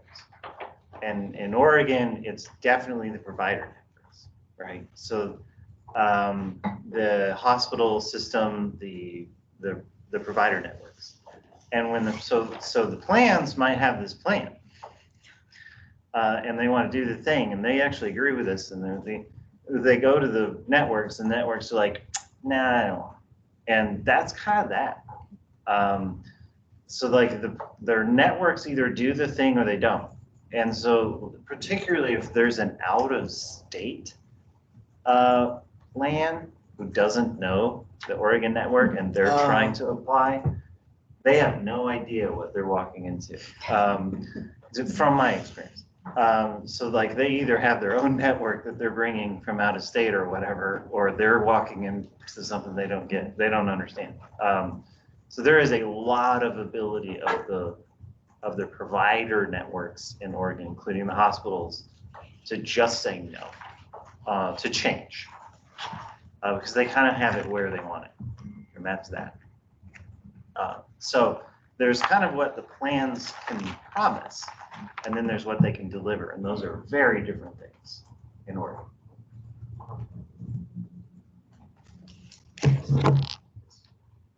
I ask a follow-up question? I just remember when we were standing up CCOs in Oregon, and I was on the health provider access work group. And I just remember being surprised that Oregon actually works with Idaho to provide health services. And for this particular situation they were talking about, they said it was the result of racism against Latino communities on the eastern part of our side, the side of our state. And so that's how they decided to partner with the clinics in Boise, Idaho, to serve those Oregonians. So I was just curious if that, is part of this, or just, when you're talking about out of state folks coming in and not knowing like about the provider network, issues here. I guess I was only mentioning, like, sometimes there's national plans that are based in DC or whatever. And then they're trying to build a thing, you know, and they're like, oh, we'll just do what we did in Arkansas or whatever here. And that traditionally has not worked in Oregon. Now, Idaho is kind of a special, that's different, because in Eastern Oregon, some of our members right now go because it's literally closer to go to Boise than it is to go to Bend or some, you know, 'cause it's We, Eastern Oregon. we actually have a lot of members that live out of In state. Idaho. Yeah. I mean, on the borders, Eastern Oregon, Vancouver, Washington. But I remember Sean, we went through the All Care, contracting with All Care, one of the CCO-like plans back in 2014 or 15, and they were completely caught by surprise that they needed a national kind of network for folks, and that was a real struggle for them. And I mean, talking about things that have really changed since then is we have a lot of remote workers now that are living all over the country. So how to support that workforce, I think, would be a big question. You know. Yes. We can ask in these contexts for the plans to show what their provider network contracting, because they have contractual relationships, and what their oversight and feedback is. I mean, it's not perfect either, as I'm sure Sean knows, but you know, just to make sure that the machinery is in place to even have oversight of network performance. And I do think that that's often where things break down, but that's where all of healthcare occurs, you know.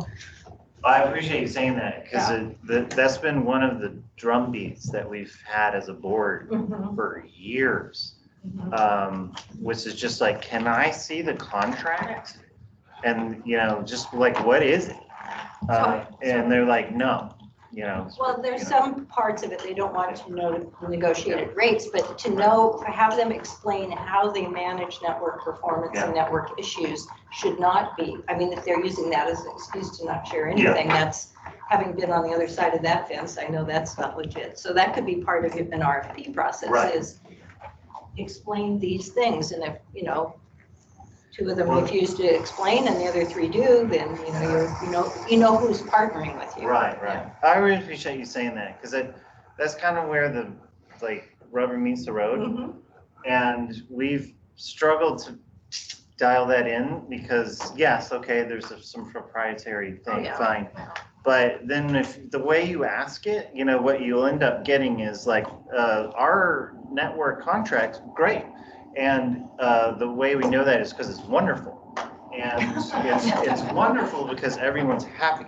And so, you know, like that's kind of the level of information you get. And it's like, and it's really just perfect the way it is. And sometimes it's hard, but it's good. You know, you just end up with that.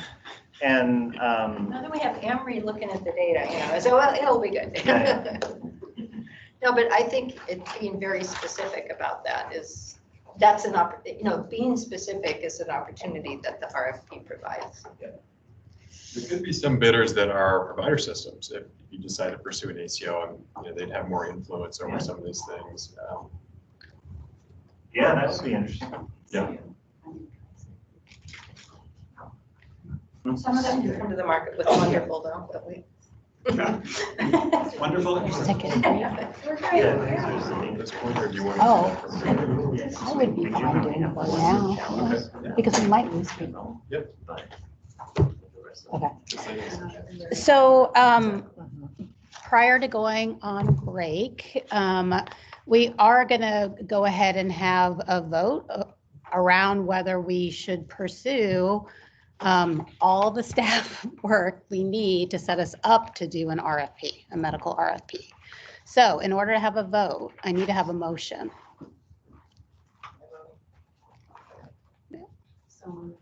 Okay, so Dawn has made a motion that we would move forward with the medical pharmacy RFP process, looking at that, what that looks like. I need a second. I'll second. Oh, And, okay, great. Thank you, Andy. I see, Chicky, you have a question, so please go ahead, or a comment. No, I don't have a question. I was just going to motion.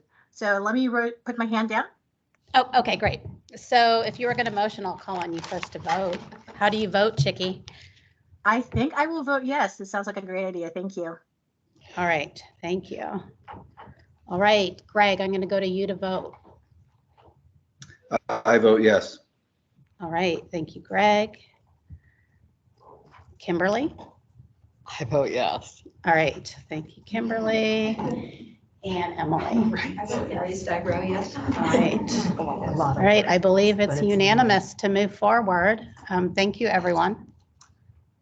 Yeah, I'll just say thank you to staff for everything that's coming. Yes. All right, so after that big decision to move forward on this, we are going to take a 10-minute break. I would love it, whomever, if you can, whomever is online, I don't know if that's you, Stephanie, if you can put in the chat, we'll be on break for the next 10 minutes until 11:25. And I'll put you all on mute online, so hopefully we'll not forget to unmute you when we start again.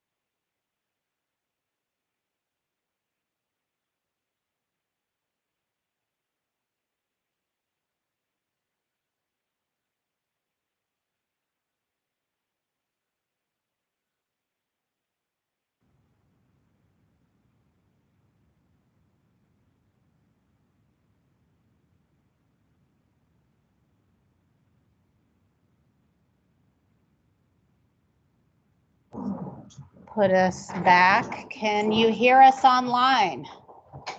No one's showing their face, so I need a thumbs up from somebody.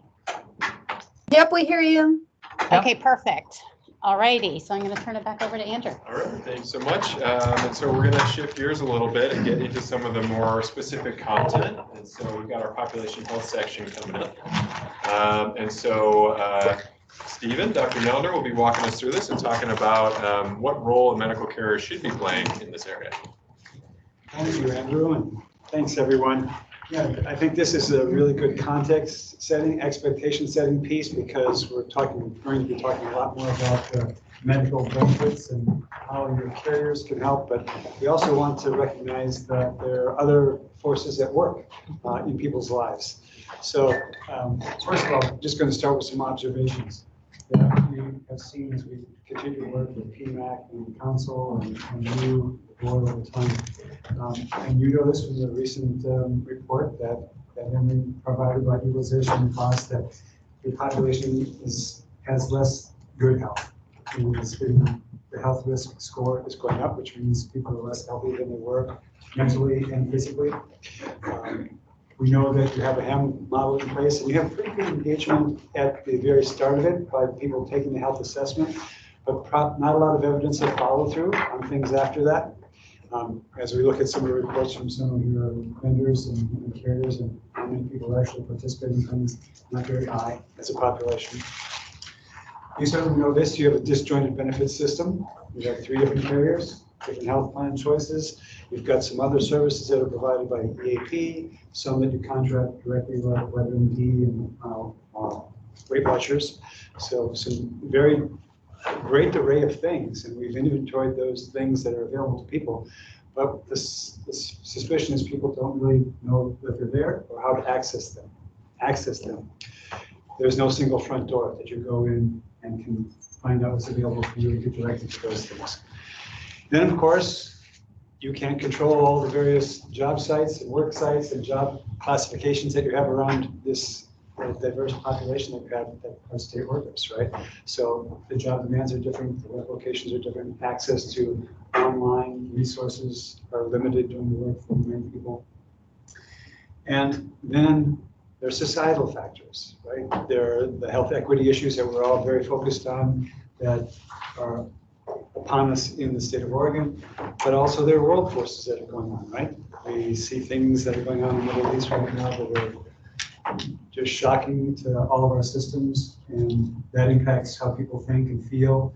I mean, if you're going to bed watching CNN or Fox News or whatever your choice of outlets is, you can't help but feel for the people that are involved in that and peripherally involved. So all those things come to bear on us as individuals as well. And the benefit plans can go only so far with that, right? There's some other things that are at play. So let's talk a little bit more about that.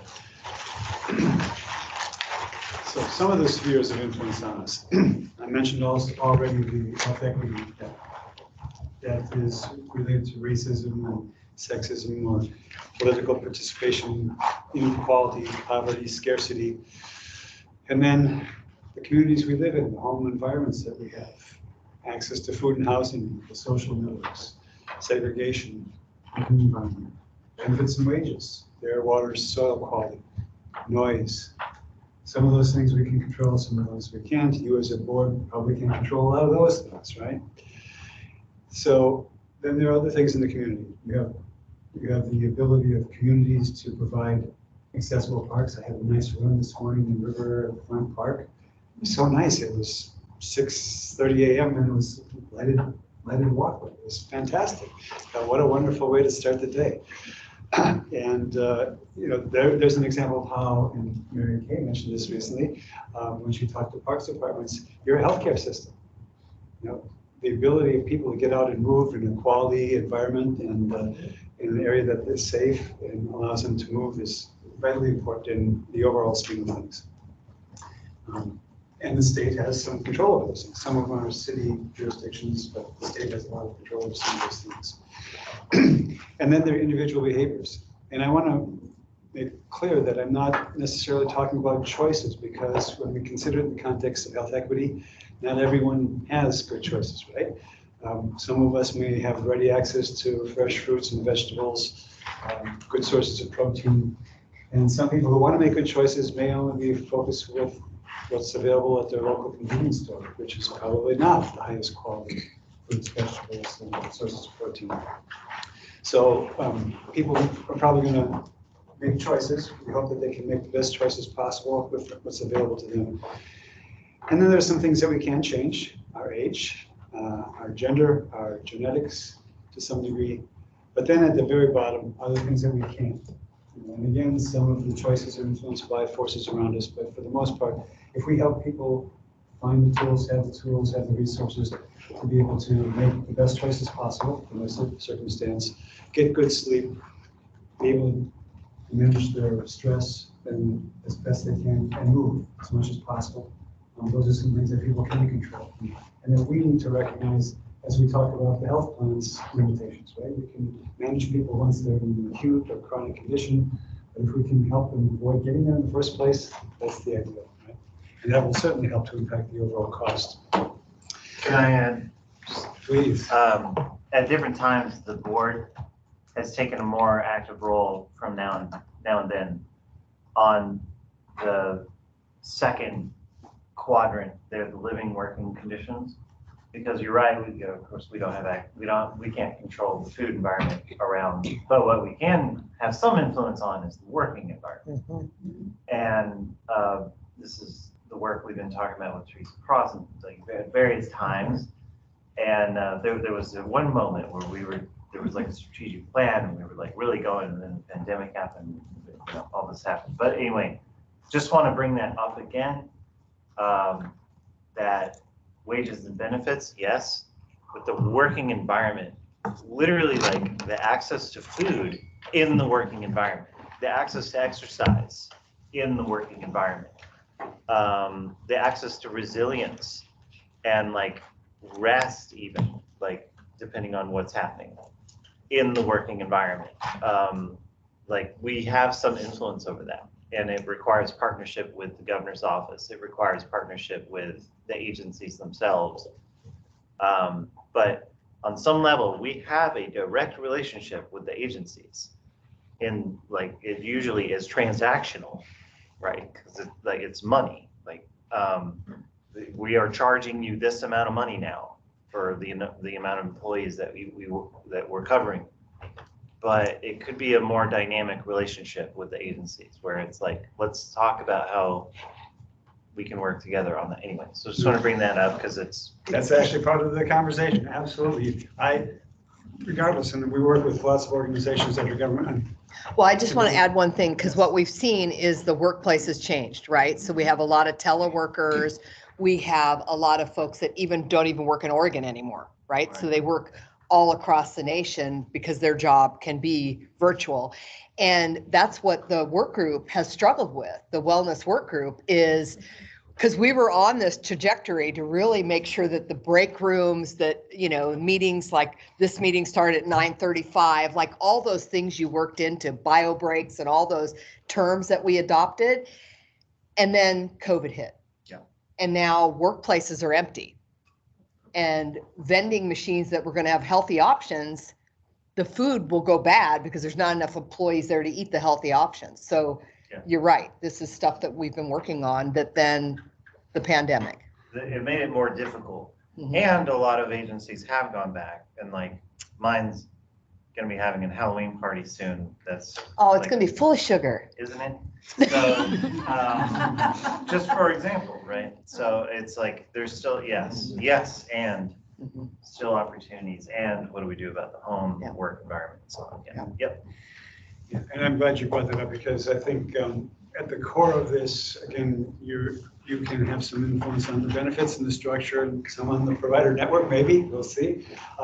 But I think in any organization that wherever the well-being initiative, the population health initiative is housed, that organization needs to be the greatest collaborator of all, because they need to find partners around the organization, in the agencies, in the other key partners that could have some influence.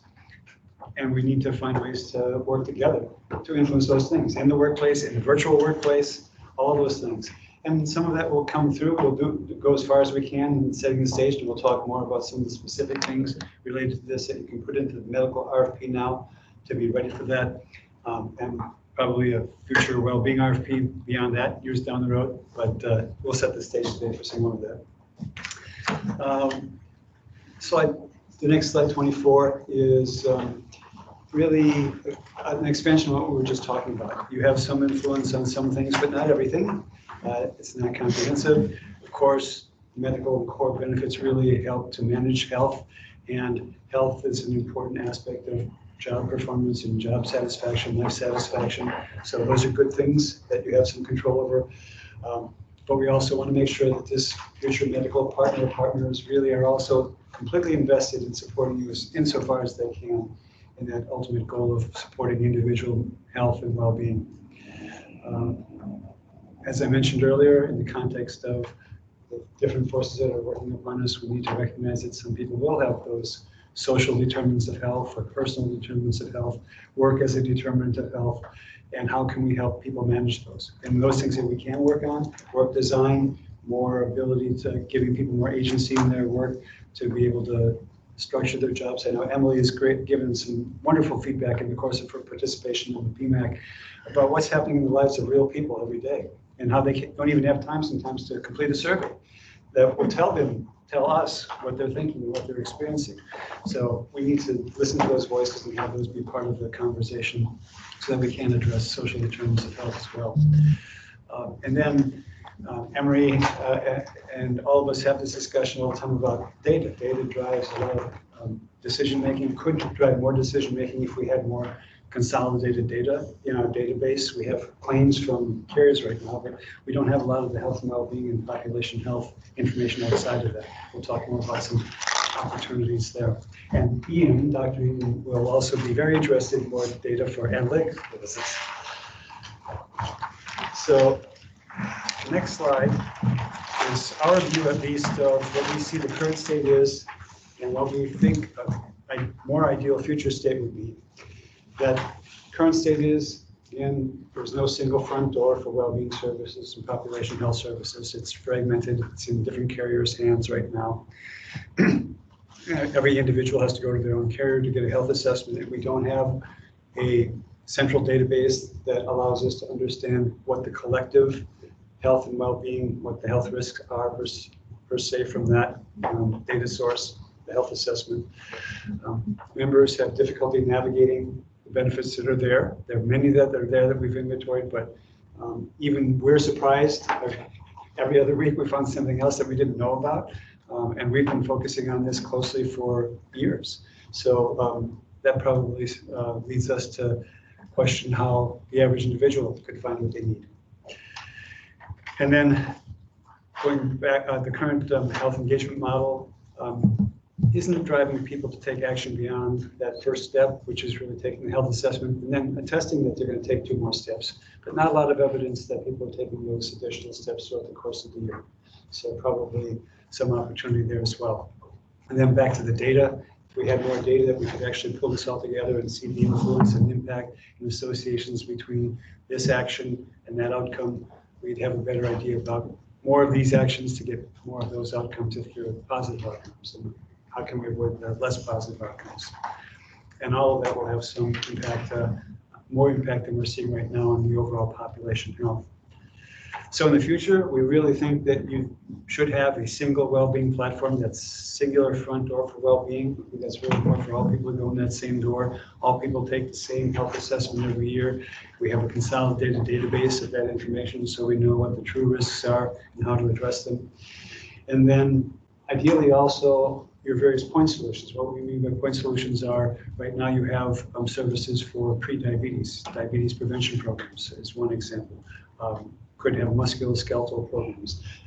Ideally, all those could flow directly through that single well-being vendor so that everybody comes through the same source, gets the same service.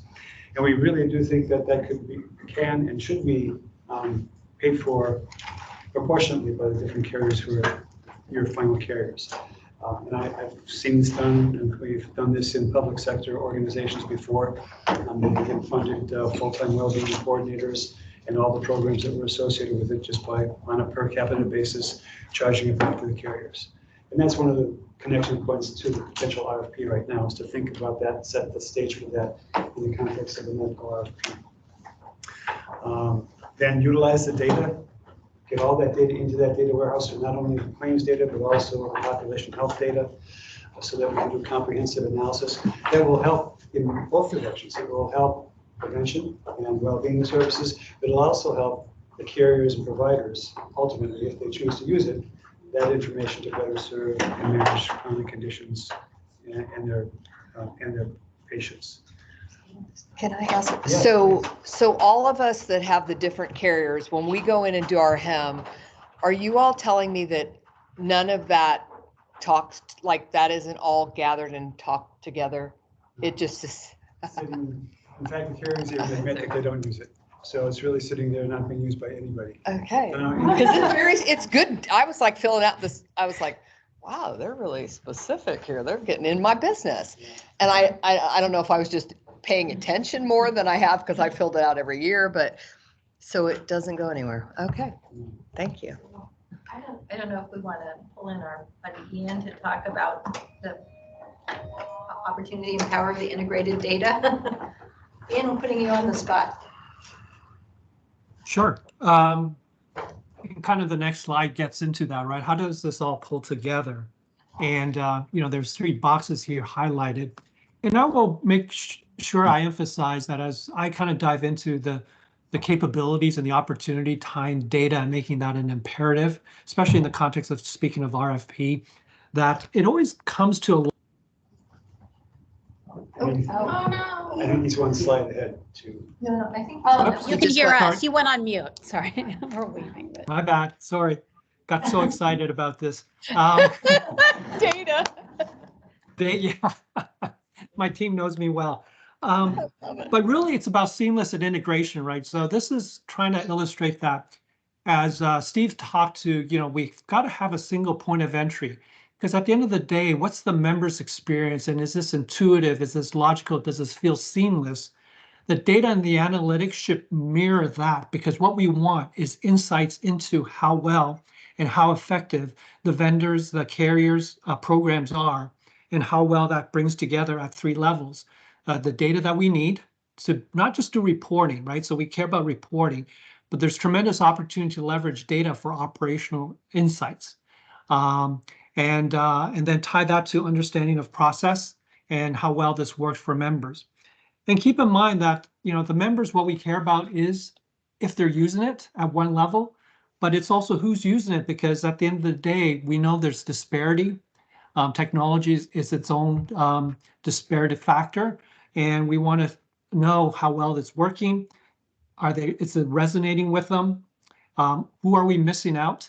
How can we connect and support those that are not engaging appropriately? So it is about quantifying value, retrospective analysis. It's about validating effectiveness of the programs that are being offered, but it's also assessing gap of members in terms of disparity and equity, and then using that to make operational decisions in real time with our partners, our vendors, and our carriers. So again, this sounds easy and it can be done, but we have to be deliberate and purposeful and explicit. And the RFP is a nice opportunity to set that expectation going forward. Question. Next slide. We have a question in the room. Oh, yeah, Go ahead. Greg. Oh. We've got Dawn and then Greg. Dawn, go ahead. Okay. Yeah. Thanks. Question about disparities in the data. Real D and so G, race, ethnicity, language, disability, sexual orientation, and gender identity are being implemented at variable levels in different systems across the state. And we have great interest in that. It is not clear to me how much of Real D and SOGI are included in any of our data sets. And what my question is, do we have that? And if not, how are we getting a handle on those disparities, inequities that we want to try to address in our own data? The carriers will be the collector of real deed data. Our new system that we're developing will be able to collect. I wish Damien was here, but the carriers are the ones that are charged with collecting that data. And I believe, Emery, I believe they're right about at the point where they were able to start reporting. Yeah. Yeah, I mean, I think they provided some reporting, especially with, I think dental, like some dental information where they did match it to the race and ethnicity and like access and usage of stuff. I think the key, for me, I mean, I've been thinking about this, the key about that data is making sure that, you know, it's consistent and going across all systems, you know, not just the, you know, the specific medical carriers, you know, like PEBB has access to it, the data warehouse, you know, workplace wellness, everything has access to that. And finding out, you know, it's like, so you have this information, so what can you find in that information? And then the final question is like, what are you going to do about that information?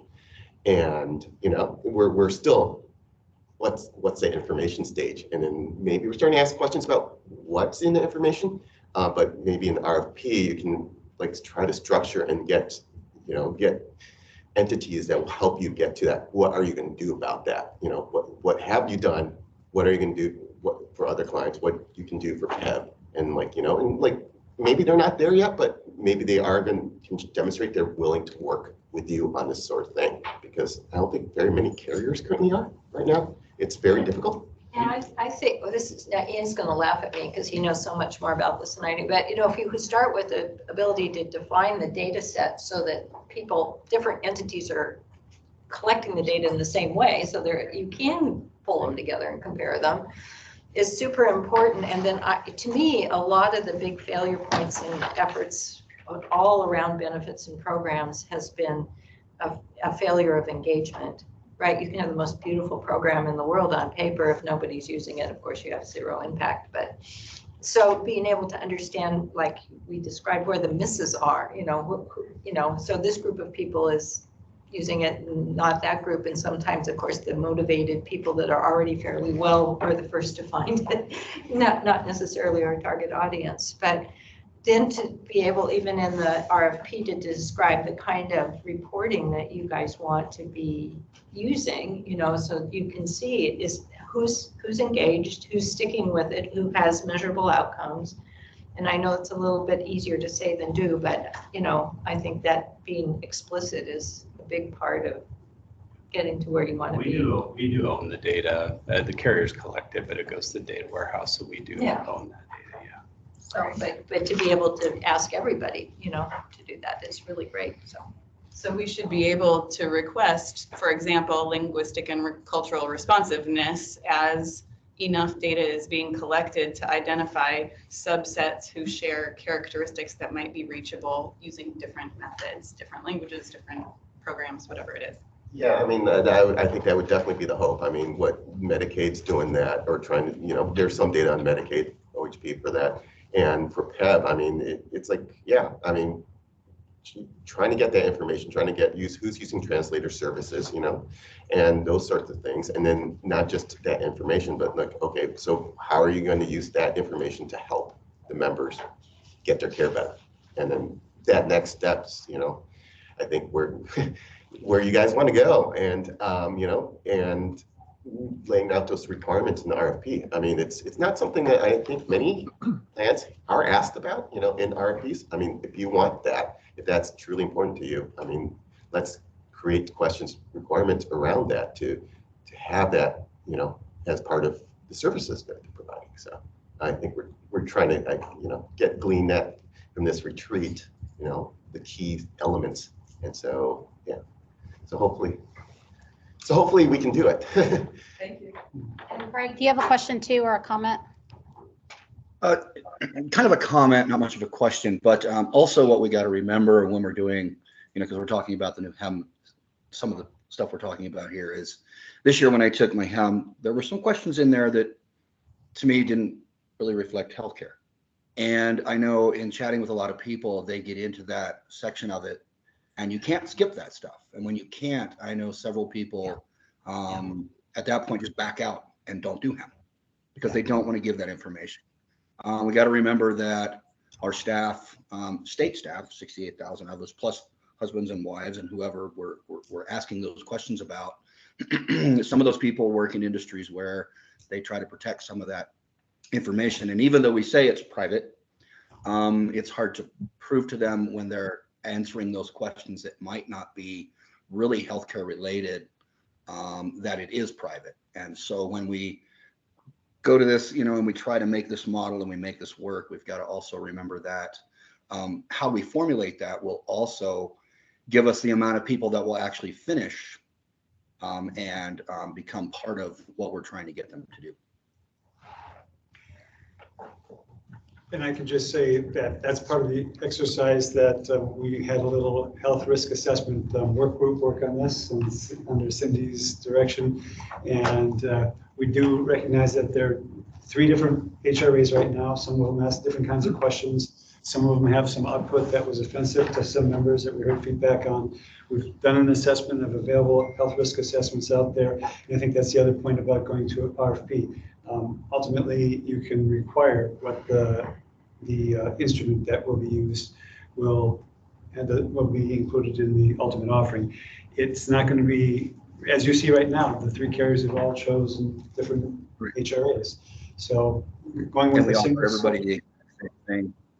We offer everybody the exact same thing, so nobody can say, well, they got something different than us. Yeah, and whatever that instrument is, it's vetted around these issues we're talking about: language, inclusivity, non-offensive language, all those kinds of things really need to be part of that process so that we select the right health risk assessment. Hopefully, that goes through the centralized vendor. Andy, go ahead. So my question is kind of about the vendors. So the carriers will collect the information, and will we give them the assessment that we want them to use? And then who is going to hold that database? Is that us, or is that a separate vendor? Yeah, right now, right now the carriers that we have right now are making their own choices and they're choosing their own. They keep the data themselves. It's not going into your central database at all, your data warehouse. The future state that we recommend and are hoping for is that the well-being vendor that you choose either already has that health assessment in its system, or it can be imported into it and used, or we modify the well-being vendors appropriately if it can be modified. There are a lot of variables. I don't want to get too far ahead and promise anything that's not possible, but we did identify one health assessment vendor that does have what health assessment we think would be good for the whole population. So that's sort of sitting on deck. Okay, so I just want to make sure it was a vendor. It wasn't us having to No, do the vendor all would of that. maintain all the data. Yeah, no, and that's a good point to make. There are HIPAA privacy requirements. PHI is protected. We haven't seen any breaches in the industry around that information that I'm aware of. So I think the vendors are very they know very well that they have to protect Yeah, that data. that's great. Around a communication plan, how you communicate that their information is protected. Yeah, you can't communicate that enough, right? And just general trust as well, whether or not it's saying that, but trust with the organization. You fill out a survey that says that you're bisexual and you get an email about bisexuality, you're not going to believe that any of your information was protected. I don't care who you are. I mean, it's going to be a thing. And these phones are always listening. They're always finding products for me. Now that I just said that, I'm probably going to get flooded with bisexuality, but it's okay. I'm good. I'll figure it out. Point well taken. It's challenging this world. The NSA is not monitoring this conversation. Our phones. My watches. You never know, Emery. So I think the only other thing that I want to point out on this slide before I hand it over to Mary Kay to go into the quality section is that the PMAC did do a more robust version of the HEM model. It is one that could be implemented at the appropriate time, but probably under the conditions that we're talking about now with the unified health assessment and probably a robust plan around it. But there is something there. We think that would be a good thing to move toward. All right.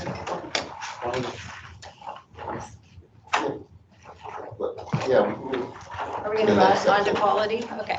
Yeah. I feel like I'm missing something. Yep. I'm missing. I went too far. Quality, I see it. Okay. Yeah. So just to kind of lead in on this section, in terms of quality, the care management and the other aspects of, medical, like making sure your members are getting better, what can they do on that? And there's various ways of trying to achieve that, as well as not just making members get better, but finding quality providers, helping members through as the healthcare journey, a little bit of a cliche term, but, really, talked about how PEBB, the benefits have helped you. But it's very difficult to get through that sometimes. I mean, Ali, you mentioned it. I mean, there's been stories about people trying to search up, like if you have to have like a knee surgery or, back surgery. It's like, how do you find a surgeon that's actually good? Who's recommending it to you? How do you get that surgery scheduled? Are you going through the right steps for all of that? And, those sorts of questions, I think, are the questions we want to explore here in terms of quality and how you get to that quality, how you get that member to the healthcare that they deserve. And, Mary Kay's experience working with, in Washington and working on ACOs and stuff like that. I mean, she definitely has some opinions about that. And, I guess take it over. From there? Yeah. And I just invite Ian and Stephen to interrupt at any point in time for additional insights and experience, because this is a really complicated thing. And I know from hearing your comments and your descriptions that you actually already know a whole lot about this and have done a number of things in this area already.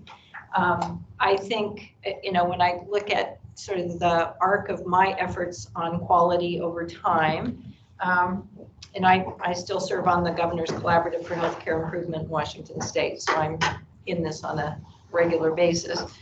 I think that the key variable that has often been missed is just how well we actually know the people we're trying to serve, and how do we get information in front of them when they need to know it in a way that they can use and trust, and how that can help them lead to the best outcomes for themselves. I did get an MBA somewhere along the line, and one of the things in the marketing class was that I thought I wasn't even going to like was like, oh, these guys know how to know who they're trying to talk to and how to put messages in front of them. And I'm like, we need this in healthcare. We don't do a very good job. We talk in language that makes people feel like they want to run out of the room. So, so I think, the RFP piece to me is very important, because that is this, the contractual standards that you hold your partners against. It also, through the RFP process, gives you a chance to, this isn't as contractual, but to see who's really willing to partner with you on the things that you need. And I think, as we've talked about today, also partner with you as things change over time, because you're not going to want to do RFP every other year. And even our commercial guys don't do that. They drag their feet and whatnot, because it is a lot of work. But I think that thinking about how to put information in front of people about making it as easy as possible to do the right thing does have components of network performance and requirements. It does have a lot of communication involved in it, how to talk to people about things.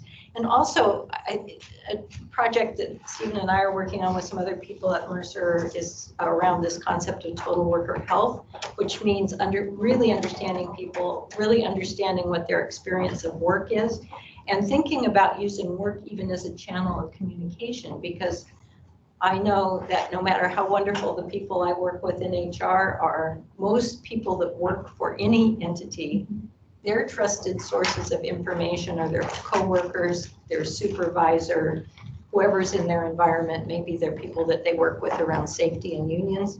Those are the trusted sources of information. So I think, thinking about putting information in those settings is really super important, because then they go, oh yeah, this is a familiar source of the information, and I get if they say it to me, not if something comes flying in from HR.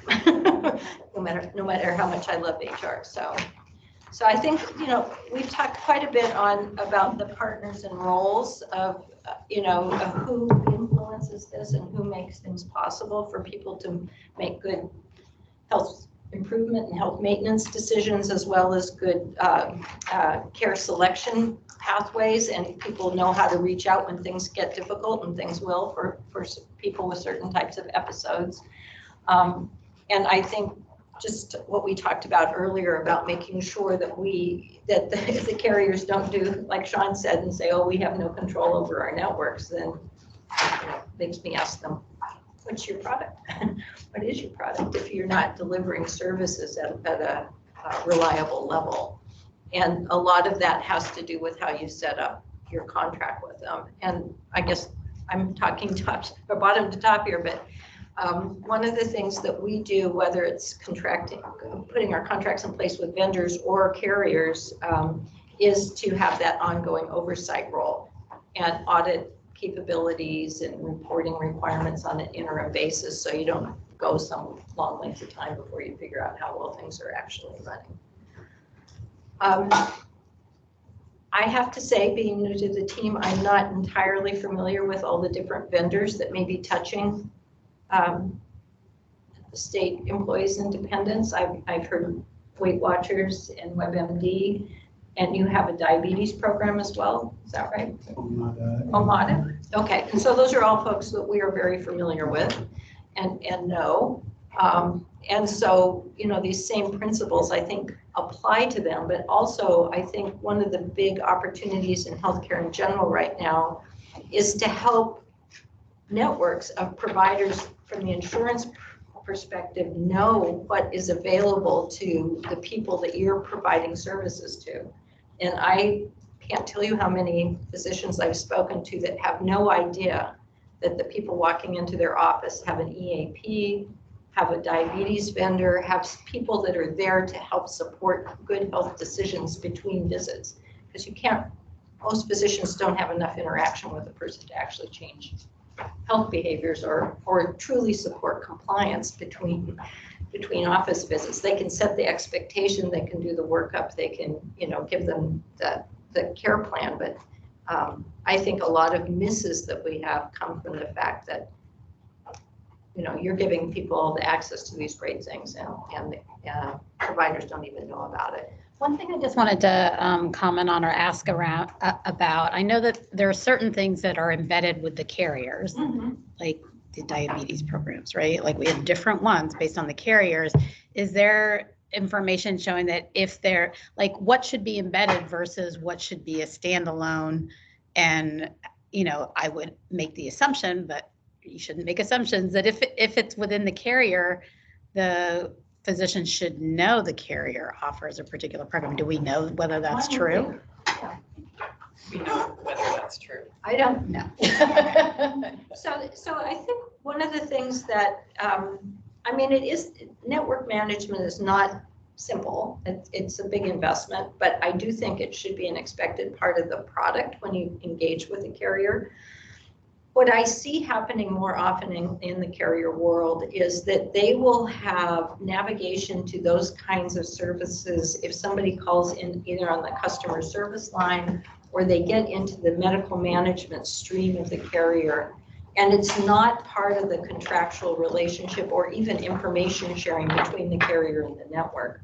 And it is hard for a physician who doesn't really keep track of who the employer is when a patient comes into the office to know, oh, you have this, oh, now you have that. But I think that there's been a lot of work, even on the electronic health record front, to try to be able to populate the resources the person in front of you has that you can refer to. We worked on a big EAP RFP together, and that's something that can be very powerful if done correctly. And many physicians in primary care have told me that they don't like to ask too many behavioral health questions because they don't know what to do with the answer. They don't know where to send people, or they, don't want to essentially open a can of worms. But trying to help them understand that almost everybody has an access to some kind of resource that they can refer to. And I even told the physicians they probably had an EAP and they didn't even know that, which would have been helpful at times. I think in previous years, the board's really embraced, patient-centered primary care home. Yeah.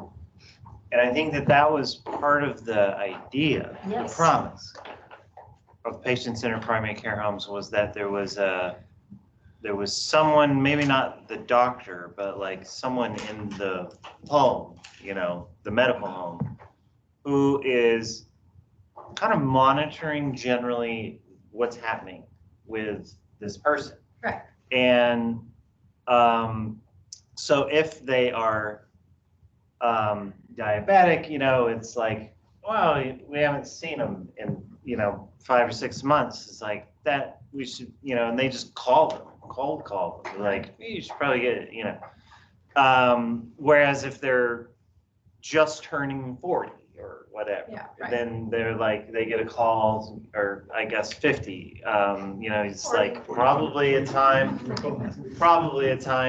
a colonoscopy maybe, or whatever, so, but anyway, the point is that the information's coming in to that hub, Yeah. and that person's maybe not even like they're not necessarily a doctor, but they understand, like, if this, then that, Right. they're directing traffic, and they pull in the doctor when, and, there's a certain number of patient-centered primary care homes, and I actually don't currently understand how our current patient-centered primary care homes are connected with our current networks, Yeah. and what their relationship is with data sharing and this and that. But in the future, in a new RFP, that feels like where we would want to go, except maybe it's not in a medical home, because I don't know if there's a network for that. There's a certain number of, I always say patient-centered primary care homes, because I can't do the acronym. So that's why I keep saying it. Some people just rattle it right off. It's like PCP, I'm out. But I don't know if there's enough of them in Oregon to actually just do the thing. But what if, I think one of the things we've tried to push the carriers on the plans is that they hold that responsibility, that somewhere there's a data warehouse or whatever, where they're pulling in information from the EAP or their charts, and when you go in and you pointlessly fill out the form of like how much do you drink, and then they're like just right in the shredder, like apparently, as far as I know, like no one's ever asked me, but like that information all goes into the, what I'm saying, right? Are you ever tempted to like write 20 or Right, something? right. See if they Just to see if it triggers something. Because you answer the same thing over and over, and then it's like the first time they've ever seen it. And so someone gets that basically in the system, and it like activates, like, actually that is a big deal. From the last time we saw you, which was 2 years ago, your drinking has tripled. Like, really.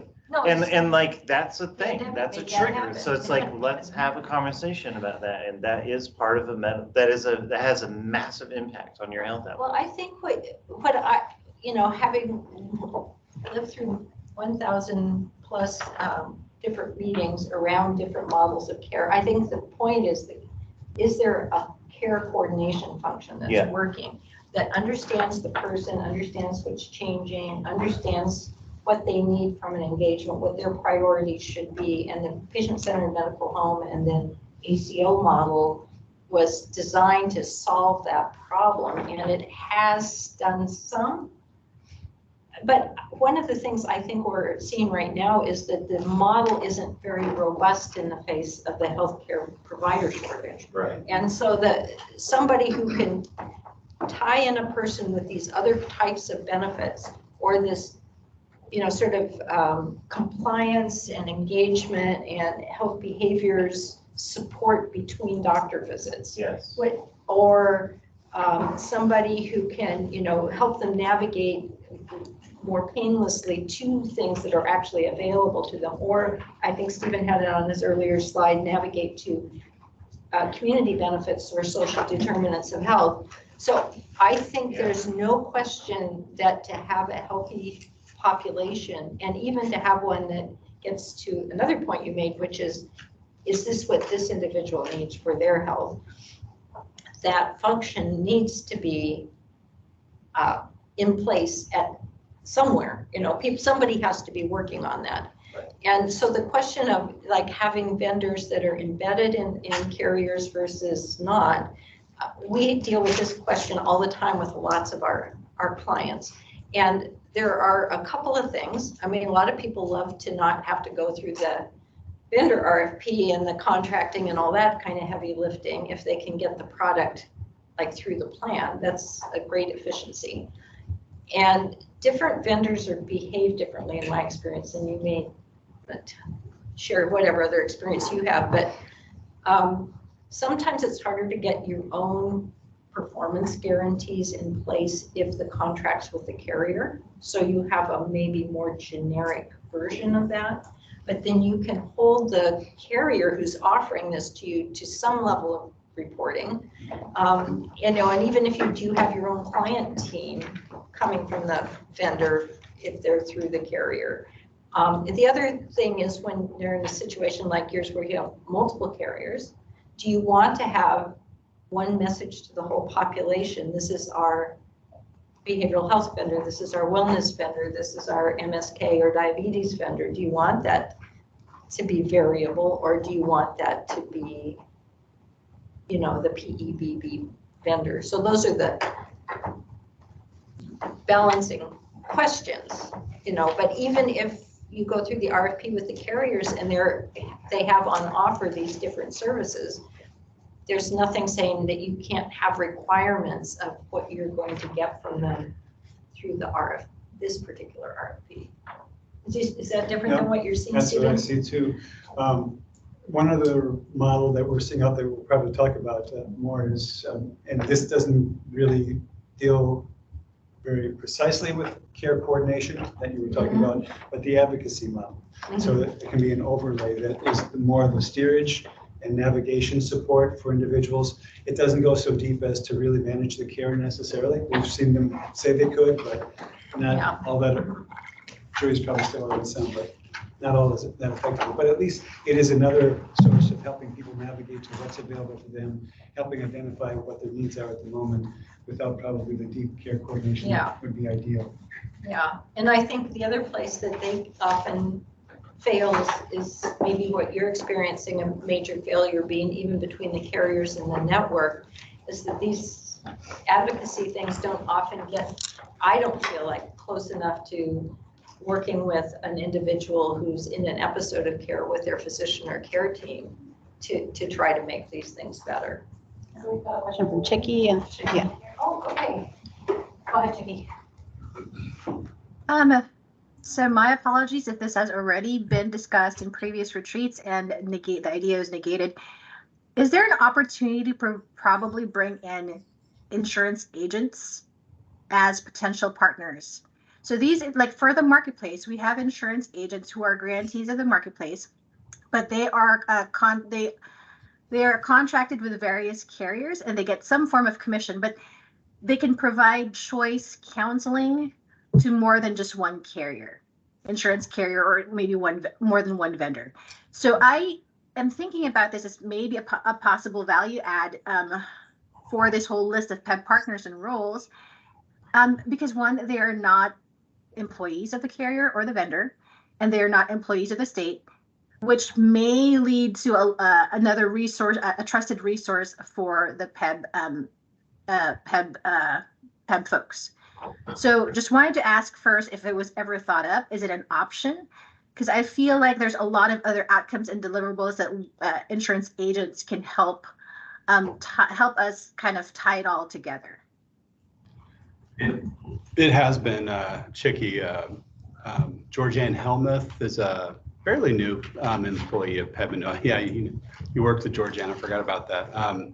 who actually kind of, she actually is a certified agent. She can't accept commissions as an employee of PEBB and OEB, but she works with local governments, providing information, providing plan comparisons, cost comparisons, is kind of a liaison. She does a lot of traveling like our staff used to do out in different parts of Oregon or even beyond Oregon.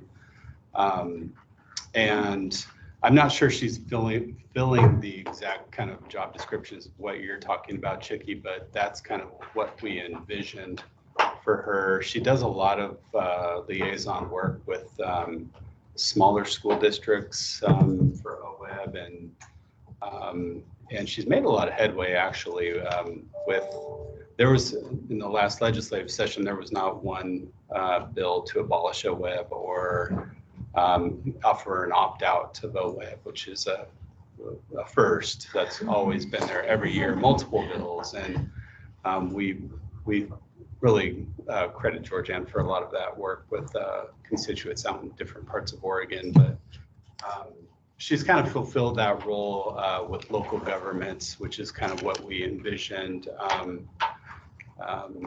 If that's kind of what you're getting at, Chicky. A big part of that, yes. I was wondering too if we have anybody that folks can go to when they need to help choosing which plan is best for them to when it's time for open enrollment for them to review their options. Because I'm not gonna lie, full disclosure, when I signed up for open enrollment and my HEM, I did all in one sitting, which is probably my mistake because there were so many questions. Fortunately for me, I'm familiar with the health insurance world, but I was tying that in between kind of the feedback that the marketplace has been getting. Signing up for health insurance should change every year, right? Because between your personal circumstances, your family's needs, they change every year. Navigating all the questions, the system changes, if you will, even. I guess I'm trying to find a way to make it easier for the members to sign up and then also help improve their health literacy throughout that process. So, Ollie, thank you. Yes, I think Georgianne and what she does is a huge part. I'm also wondering if there's an opportunity for members to kind of reach out to somebody individually, hopefully not affiliated with any with the government or any carrier, that they can reach out to for help for signing up and maybe even using their insurance. Emily, go ahead. Yeah, it's a great question, and thanks for the answer about Georgianne. Another role I play is as the co-chair of the People of Color Employee Resource Group at OHA. And because of open enrollment, Sharna knows we reached out to ask if somebody could come and share the options before people make their decisions. And so Georgianne actually came to our last monthly POC ERG meeting, and she was really great, in terms of sharing like an overview. But I know when we were inviting her to that meeting, we were also thinking about Uplift Oregon, and just like, because they're centered on equity, because they're supposed to be helping with benefits and have been, and new employee orientations and things like that. And then because we know Dr. General Johnson is also a naturopathic doctor, and for a lot of our People of Color Employee Resource Group members, there's a preference for alternative health and healing, and that is such a strength in Oregon and Washington and the Pacific Northwest. Acupuncture actually really helped my mother heal fast from the stroke because that gets your circulation going faster right after the stroke. And so, she can walk again, and, and so we were wondering, like, could we have both come, but we couldn't move fast enough with Uplift Oregon, and we weren't sure, well, because they're doing a lot of presentations right now and town halls and things like that. So anyways, just wanted to add that piece. Yeah, thanks, Emily. We actually stop short when it comes to recommending plans for members, and Cindy or Margaret, I mean, I know that's always been a policy. We provide tools like decision tools that take inputs and spit out, here's your options, but we do stop short of recommending a plan. Alex. We definitely stop short of recommending that. We can get ourselves in trouble doing that, but we have some really great tools that are just brand new this year, as a matter of fact. Plan comparison tool, we have a premium estimator, and then there's also the new Explore Your Benefits, which really gives members an education about their benefits and what might be best for their family. Uplift Oregon, I'm glad you brought that up because we collaborate with them and they have some great online learning tools also. It is available to state employees, unfortunately not to our university members at this point because everything has to be done through Workday. Their specific learning has to be done through Workday, but Georgianne is a really great resource, and I'm glad that she came out and did a presentation. She really puts things at an understandable level for people. But we would hate to recommend somebody to take a plan and then have that plan not work out for them for whatever reason. It's a liability we're not comfortable accepting. Go ahead, Emma. Yeah, I was just gonna add that what we added with Georgianne is before she started speaking, we did intros, and as an icebreaker, we asked people to share something that they like about their plan or something they don't like about the plan. So Georgianne got to hear what people were saying. And then after Georgianne did her overview, and she didn't, do a preference of any plan or anything, then she left. And then we, as the POC ERG members, stayed and shared our lived experience with these plans. And just like, what worked, and like, what works for your family changes over time. And so before, when my child was young and in 5th grade, it was this, but now my child's 23 and we don't need that anymore, we need this, So that was a really great supplement that really helped, I think, our members to make more informed decisions by the end of this month.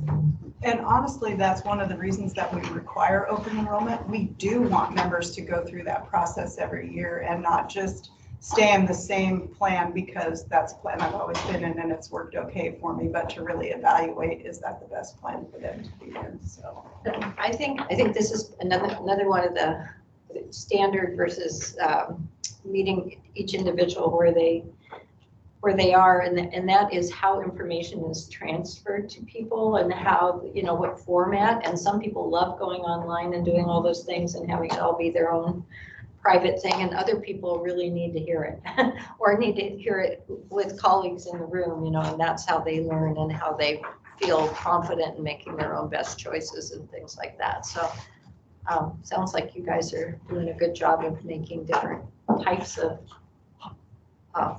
forums available. Yeah, and I just wanted to add, because of my mom's recent stroke, like I learned that when I called 911, and we live near a hospital, like I was just gonna drive my mother to the hospital because we live so close, and 911 told me, no, don't do that, call an ambulance. And the ambulance can start working on your mom right away. You can't as you're driving because every minute counts. Mm-hmm. And then to me, I was thinking, oh my gosh, about the rural Oregonians. And I'm like, every minute counts. And just, the distance and the transportation and how here we live next to a hospital and they're telling us every minute counts. And that's probably why my mother's outcomes are so great. I mean, she's one of the healthiest people in our family to begin with. It's just been stress and anxiety that we think that caused her to have the stroke. But so that's something that I think we really need to think about in Oregon is our rural communities. And so just transportation challenges are real.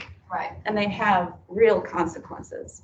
I just want to reiterate what you said, that communicating, that's my area, that it's the word of mouth from people you trust will do more than anything else.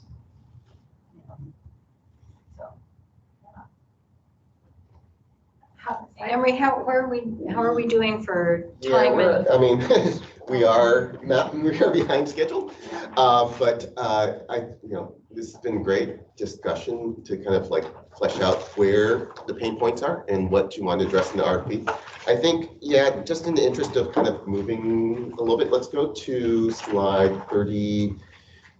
We could do 35 real quick, and then we'll go to 36. So we've talked a little bit about quality and also contracting. It's just some questions to consider here in terms of, rural payments and stuff like that for, just trying to, I guess, shift the I guess word leverages to get more, we're creating an RFP, you're trying to get a plan that's going to work with you to get the care delivery and the payment systems that you want.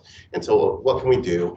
Be considerate, or consider all of this issues, with rural areas versus metro. You can definitely have a lot more influence in the metro. And so when we start talking about ACOs, those are more typically in metro areas where there's a lot more provider systems that would be willing to compete. But, in the rural areas, it's just what networks or what plans might help best to really kind of coordinate or, could do best there. So some things to consider.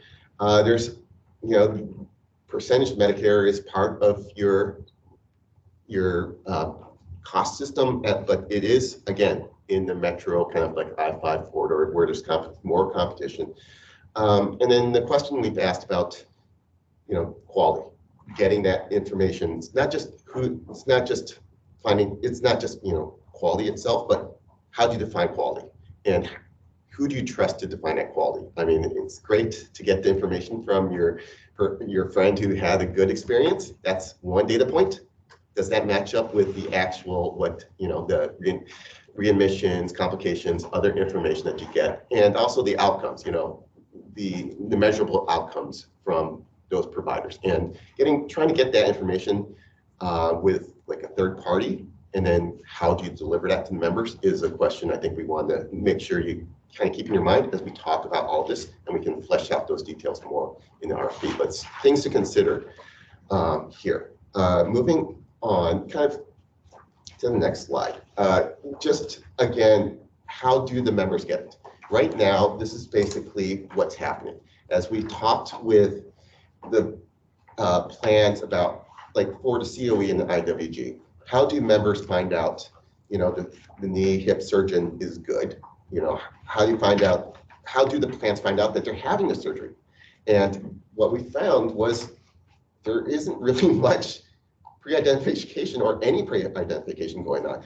And you're talking about like point solutions. There are point solutions for people who have the musculoskeletal issues. But when we talk to the plans, it's like the plans like we have it, maybe we'll tell the member, but then they have to go do it themselves. And it's like, that's not helpful. You're not really impacting anybody. You're making it on the member and forcing them to go out and do that. And people don't have the time to do this. I mean, if it's is there, advocacy, some other type of solution that can help make it easier for the member? And so there's definitely third-party apps. Colorado does this Healthcare Blue Book to kind of make it worth dollars. If you find a better quality or cheaper provider, they will pay you money. And this is the state employees. That's one way of doing it. I know, it's just been implemented relatively recently, so the outcomes aren't that, we don't know about those. Mary Kay, in terms of your feelings on like member directed, it's maybe not the most impactful compared to other ways. It's a very interesting experiment. I mean, we've tried to put quality information in front of people for a long time, and people generally don't use it or don't understand it or don't take the time or don't know it's there, all those things. And then we've tried to do things with incentives around co-pays and co-insurance differentials if you go to a center of excellence or quality. And those have had marginal impact in our experience. Oftentimes you're talking about episodes that are going to get people to their out-of-pocket max or something like that. And so that's just not how they're making their decision. we've had some clients who have centers of excellence that's the only place they pay for services and they get a little better uptake, as you might imagine. But that's pretty heavy-handed and not every organization's culture is interested in doing that for good reason. If the Blue Book is paying people directly for making the right decision and it's not coming through what their copay and coinsurance, which is much harder for people to personally track, you know, from the behavioral economics perspective, I think if they go, you chose the right person, your check's in the mail kind of thing, that will be an interesting experiment to see if that's a better uptake kind of mechanism. But then you're talking about the complications of having money flow that's essentially outside of the plan and sometimes outside of the tax structure of a benefit. So I happen to know there are complications and all these different things, but what I think that most of the time when people have tried to see differentials in coinsurance, that the results have been disappointing compared to effort. Okay. Do you think, I mean, Well, my question is, has the supply of quality information been robust, accessible, easy to find, and still had no impact? Or is it a lack of good quality information? I'm sure there's elements of both, but there's also what people consider quality. And I know I did a study for a tech, you know, one of those fancy tech companies on cancer care. And they were looking at how often people got second opinions in cancer, and it's really quite frequent. And those are complex events, but like this is for this population is pretty homogeneous in terms of job type and education and whatnot. And 85% of their second opinion recommendations came from friends and family. And so that's because that, I think we're back to Well, what did voice they have do you another trust? good source? Yeah. You know, I kind of have a theory, and it's just in my own head, that if there was really good, standard, easily available, quality information we could find, we'd look at it. We'd maybe look to the two top surgeons. We'd get those two second, you know, or something. Yeah. But I kind of feel like we're sometimes talking about what we're going to do with quality information when we don't really have it. Well, there's also, you know, there are in the world of quality a lot of discussions about, is it the top two or is it the most important to lop off the bottom quarter? You know, what is the quality differential between the top two and the top four? Probably not much, right? And then, but so there's, who knows, you know, everything we step into in healthcare gets. But back to the poor member who's got a source something or other and wants to get it figured out. You know, like the discussion about helping them pick a plan. Yes. I've thought about that for years, but it's hard. There's not a ton of help. And I'm just thinking about the kind of advocate that we might want. And if we had an advocate that knew what was out there and knew the quality, you know, it might be a really nice breath of fresh air. Yeah. To have someone help you when you get into this very stressful situation. And there are, you know, there are some in our World Center of Excellence vendors, and some of them are like, this is this surgery center, this is this surgery center, and they have their different reputations.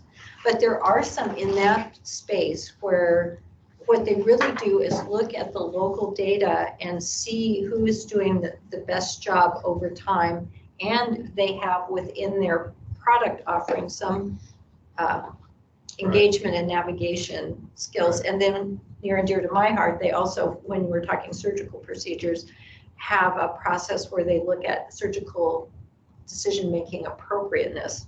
Because there's lots of surgeons out there who are technically very good, but they do not always operate on the right people. You know, they don't really provide, I mean, this is the whole back surgery story that we've had for the last 30 years, but you know, so how do we get all those component parts together and not just make the member feel like I have a problem and the only thing I hear every time I turn around is no, and nobody's helping me with my problem, right? Which I think is a big trust breaker in many of the things that we do. So I do want to make sure, Chicky, you're able to raise your point in the chat, and we probably should take a break soon. Okay. All right. Well, you know, maybe we'll just go for one more. Yeah. Chicky. Yeah, Chicky, go ahead. Can you raise what you did in the chat, please?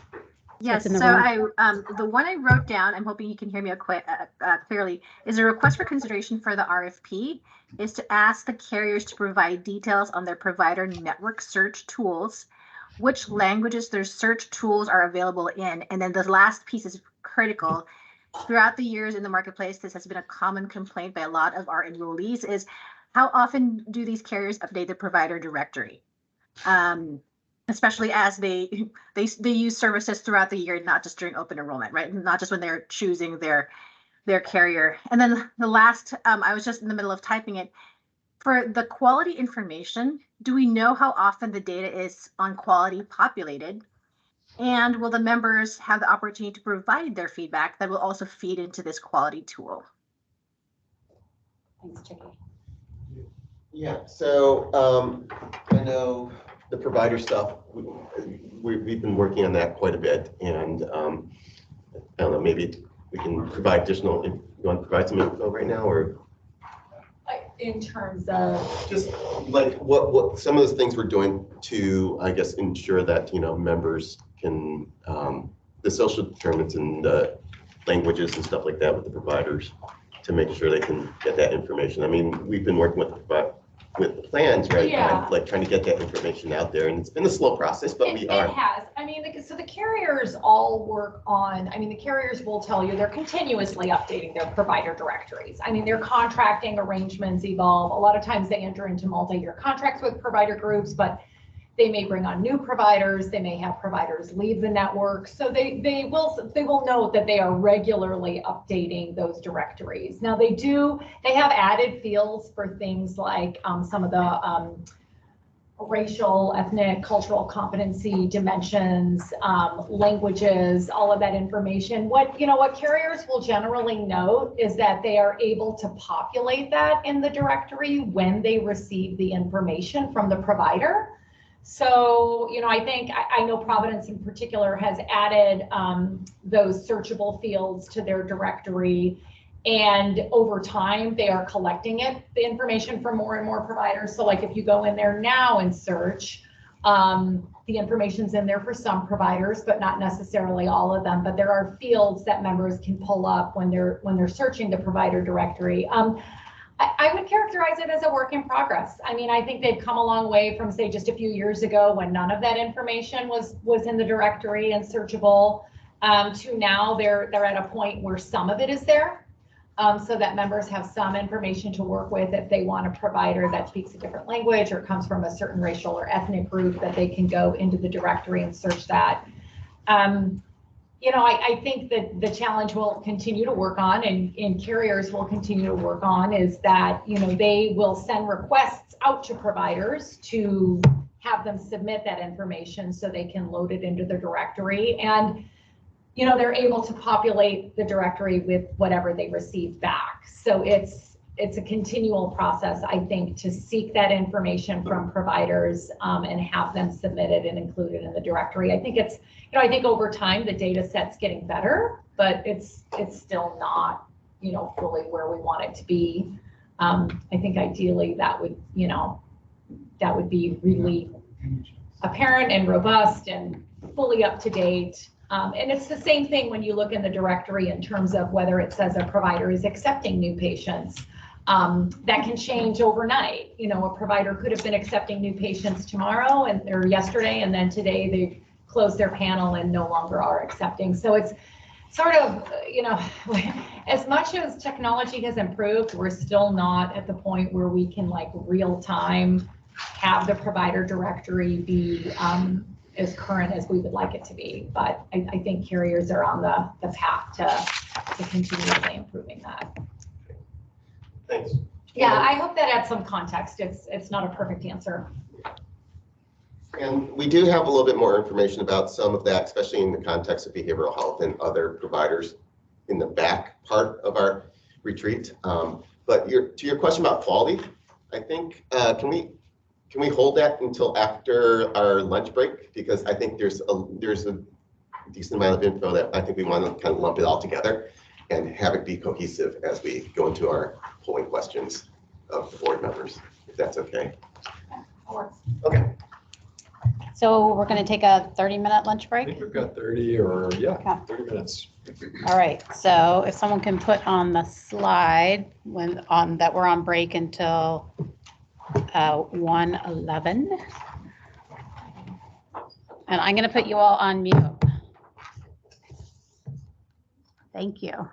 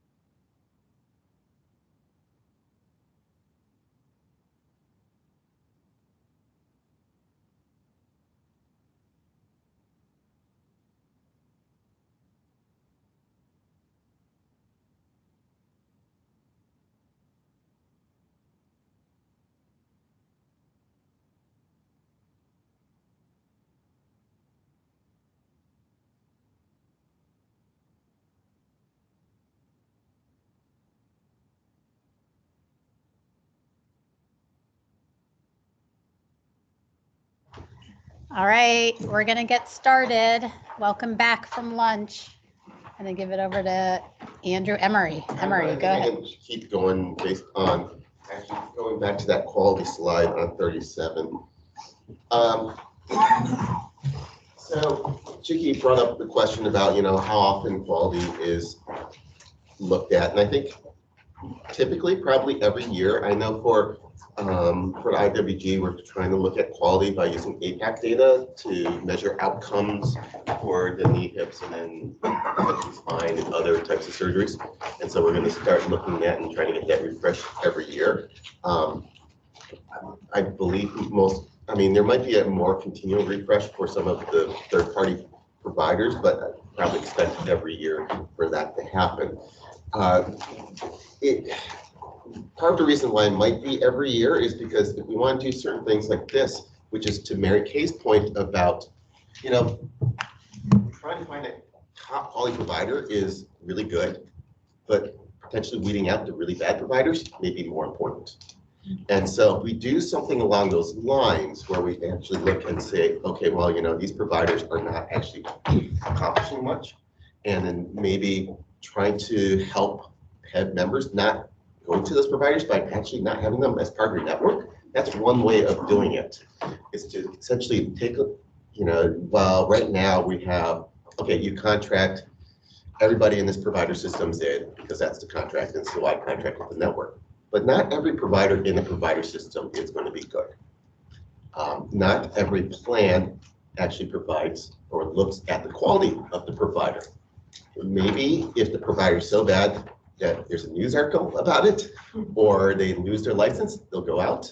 But a lot of things are kind of kept internally, or it's like, okay, you're not that good, but you haven't broken the law, so you're still part, the contract's still there. But maybe the quality isn't that good.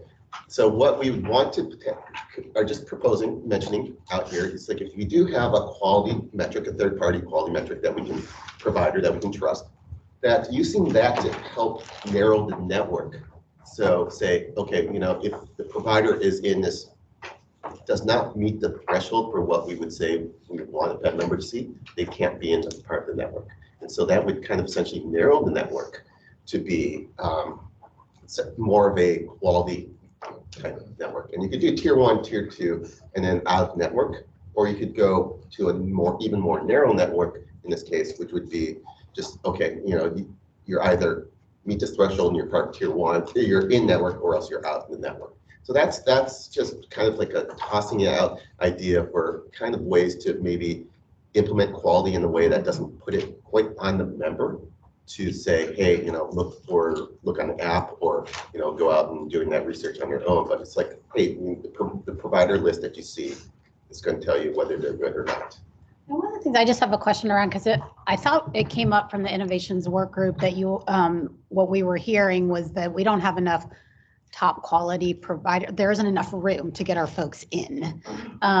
So, we've identified top quality providers for some of the types of surgeries and so forth people need to have as part of Centers for Excellence.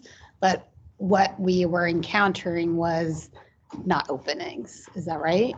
Yeah, and I think that's why This idea? Yeah. Of instead of having this one place or these couple places that are like the centers of excellence, instead of that, you basically are identifying the bottom and pulling them out, whatever, 25% or whatever, and just like dropping them off. Because there was some challenges that we were hearing from the provider networks that they already are booked out anyway. So like, what's in it for them? If they were to be a Centers for Excellence, they're like, yeah, we're already booked up anyway. So, yeah. So this is kind of like just a thought. There are some employers doing this. It's not that prevalent, but it is something that Mercer has talked to employers and pushed. I think some of the work that we try to incorporate some of it into the COE and the IWG work, but it's another way to potentially say, hey, let's make it easier for the member to find a quality provider. And it's, it's segmenting it. It does reduce the choices that they have. And there are going to be some potential difficulties around, making sure the contracting works properly. But, if you want quality providers, maybe it's like, hey, only in the contracts, like you could say, there has to be a certain threshold. We can't have, we're going to like constantly measure and, and say, if you have these providers, we don't really want them unless they can improve their performance, and then drop them out or something along those lines. And my question around that is, I know we ran into, we had those discussions around dental and how some of the dental plans didn't offer any travel reimbursement, even though we know that there's a lack of providers. We connected to that idea. I would think we would have to do something around travel, because we will end up with rural areas where we've got to make sure people can access provider networks, right? Yeah, and I think it's worth, I don't know if right this minute, but at some point having a conversation about our rural strategy, just as a topic, because so on the one hand, we're talking about those things that are important, that you might even call them urgent, but they're not emergencies, right? So there's some discretion about when someone can go to have, a knee surgery or a back surgery or something like this. And then, then we're talking about probably some kind of travel benefit, thinking about like, where are the access points, and then how far away are people from them? And then we have all kinds of access issues there. And then there's like the emergency side of it, to your point earlier. And we're not the only ones in the whole pool that are trying to solve that problem on like rural access in Oregon, because we have, I just, for work, ended up driving down to South Oregon this last week, and I'm just always reminded, it's like, this is a really enormous state. It takes forever to get anywhere. Like, what do we do about this? Around emergency access, and then versus what's the right vocabulary I'm looking for here? You're really looking at like triage transport questions for emergency things. Which is one thing. The other thing is getting people to the right centers of excellence for like planned procedure. And then planned procedures, yeah, and then there's the sort of the other issue of like cancer is an example, where you're trying to make sure the people with the right expertise weigh in, but people don't actually need to travel. It's more like an information sharing and review that can be remote. Yeah, that's true. And then the experts can collaborate with the local providers to make sure that the treatment is correct for something that they don't see in the community all the time. So that. Right. So there's sort of different applications of excellence or access to more specialized care. I mean, the thing I'm personally most worried about is access to maternity care, right, and pediatric. So I'm sure you have the answers for this now.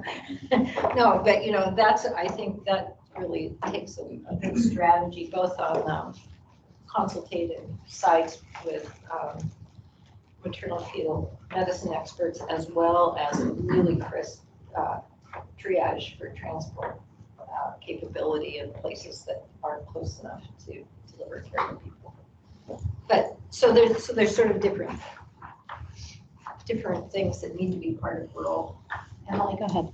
Yeah, and then I would just add the digital divide. Yeah, absolutely. Yeah, because I know we had a general council resolution at SEIU that was focused on that, because we have pockets in Oregon, they have no internet access.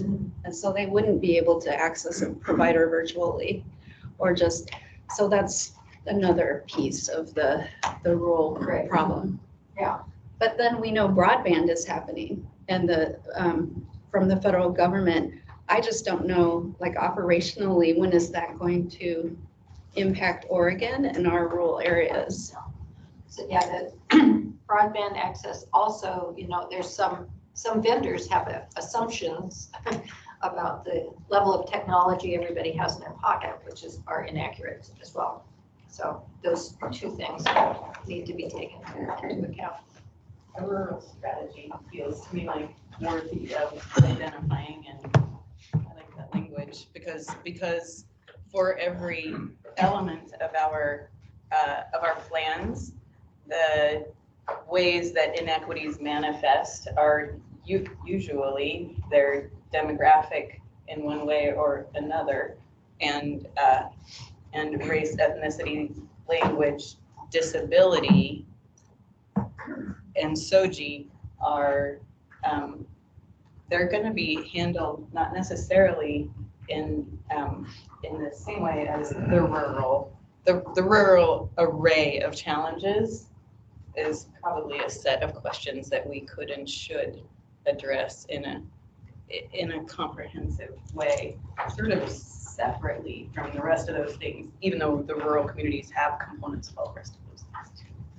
PEBB's got pretty good coverage statewide with MODA and Providence compared to like OWEB, which is just MODA. We've run into or Providence had some contracting issues in that Eastern Oregon border with Idaho, and the MODA's right there. It's contracts with the same people, so that was a big priority of the board. The last time they went out for an RFP was, I think before it was it just Providence statewide before 2014? Yeah, but there wasn't the MODA network, right? Yeah. We had choice. Choice, sorry, I apologize. We had choice prior to 2014, so we had both the statewide and choice as well. But then with the 2013 RFP, we added those two coordinated intermodal plans in Wayne County and Southern Oregon that were subsequently discontinued. And then we added MODA. Yeah. I mean, not all of these solutions are going to work. I mean, I think in like all areas of Oregon, unfortunately, a lot of the stuff that you're asking about on health equity and SDOH and other stuff in rural areas is probably, they're going to be behind, right? I mean, a lot of these things are going to only work in a place where you can have competition or you have the ability to have there's enough robust enough provider system where you can actually start cutting people out. And unfortunately, so there's other questions of what can we do for rural areas? I mean, in terms of value-based payments or care coordination, which I think are very important. I mean, you're going to have to, it's not going to be truly health, equity, or equality. But there are, I mean, those are different questions, and there's different things that you can do to try to attack it, and hopefully we can come up with, ideas, requirements that will help, especially for rural areas. Go ahead. Yeah, and then I was just going to add, I served as the first tribal liaison for equity and inclusion for about 3 years. So I was in these monthly tribal health director meetings and quarterly tribal government meetings with all state agencies. And I learned that there are actually tribal clinics that non-tribal people can actually access. And so, that's something that I don't know is on everyone's radar screen as a potential way to access healthcare in the rural areas. Yeah, I mean, there's definitely, this is, I don't think it was Joan, I think it was Kathy that had mentioned this. It's like, there's definitely a wide provider system that PEBB members can access. But like a lot of places, let's just say community centers, like Deschutes Health Community Center or whatever, there is a stigma, or there is a perceived stigma about using it as a PEBB member, or at least there was, that Kathy brought up. And so a lot of these services, which may be able to help with members with maybe behavioral health, some behavioral health issues, whatever else, or substance abuse, is just not something that they use as frequently as they probably could, in terms of these, the Indian healthcare providers, or other health centers, non-traditional health centers that people can use. But they are an important part of the healthcare system, but it's just, I don't know, it's just like, it's a potential issue. I don't know how much, how much it's impacting things, but it was an issue that Kathy had brought up in the past. But actually, moving on to the next slide, the last thing that we wanted to talk about was more of a even tighter type of potential network or plan that you could look at, accountable care organizations. So these, these were really big a few years ago. I think it's like there are some that have been going on for a while, especially in Washington. And I will ask Mary Kay to talk a little bit about it, but they, accountable care organizations are kind of like Kaiser, where you have a single provider system or like an entity of provider systems that come together to kind of be financially tied to provide that better coordinated care. So especially if you contract with them separately, you can get like negotiations and like put in like requirements in terms of that coordinated care to maybe meet some benchmark trend guarantees or other like more tight, more strict performance or bonuses, penalties, risk sharing up and down, quality metrics, better quality metrics and things like that, as well as member experience. I think advocacy is typically wanted, or at least a much better member interface, really, a member experience as they go through the system, because it's a single point of contact, hopefully, for all of your care to be coordinated in this case. In Washington, they kind of overlay a provider, the health plan. So the health plan has the contracts, but then you contract with the ACO, this provider system, to essentially get paid at those provider contracts. But there's these additional elements, additional performance guarantees. There's going to be some additional reporting that goes between quarterly or even more frequently conversations about the care that the members are receiving. So, reports on what's happening, what's working well, what isn't, and then trying to get the achievements there. So that's part of it. Actually, let's go to the next slide. Mary Kay, I'm actually going to put you on the spot to talk about the results on this. So I've worked with a couple of these programs in Washington, and I think you guys probably were tracking them pretty closely. And, they were sort of taking the patient-centered medical home and taking it to the next level with the detail with which they were contracting. And to Emery's point about the way they were like Kaiser, in particular, was that for the entities that provided this, they provided it as a distinct benefit option during open enrollment.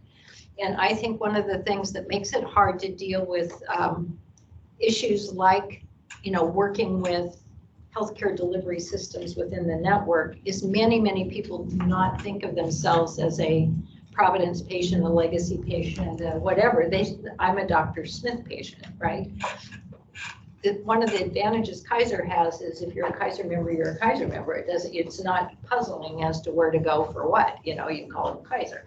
And so the ACOs were trying to be set up so people knew this is their system and they would go back to them.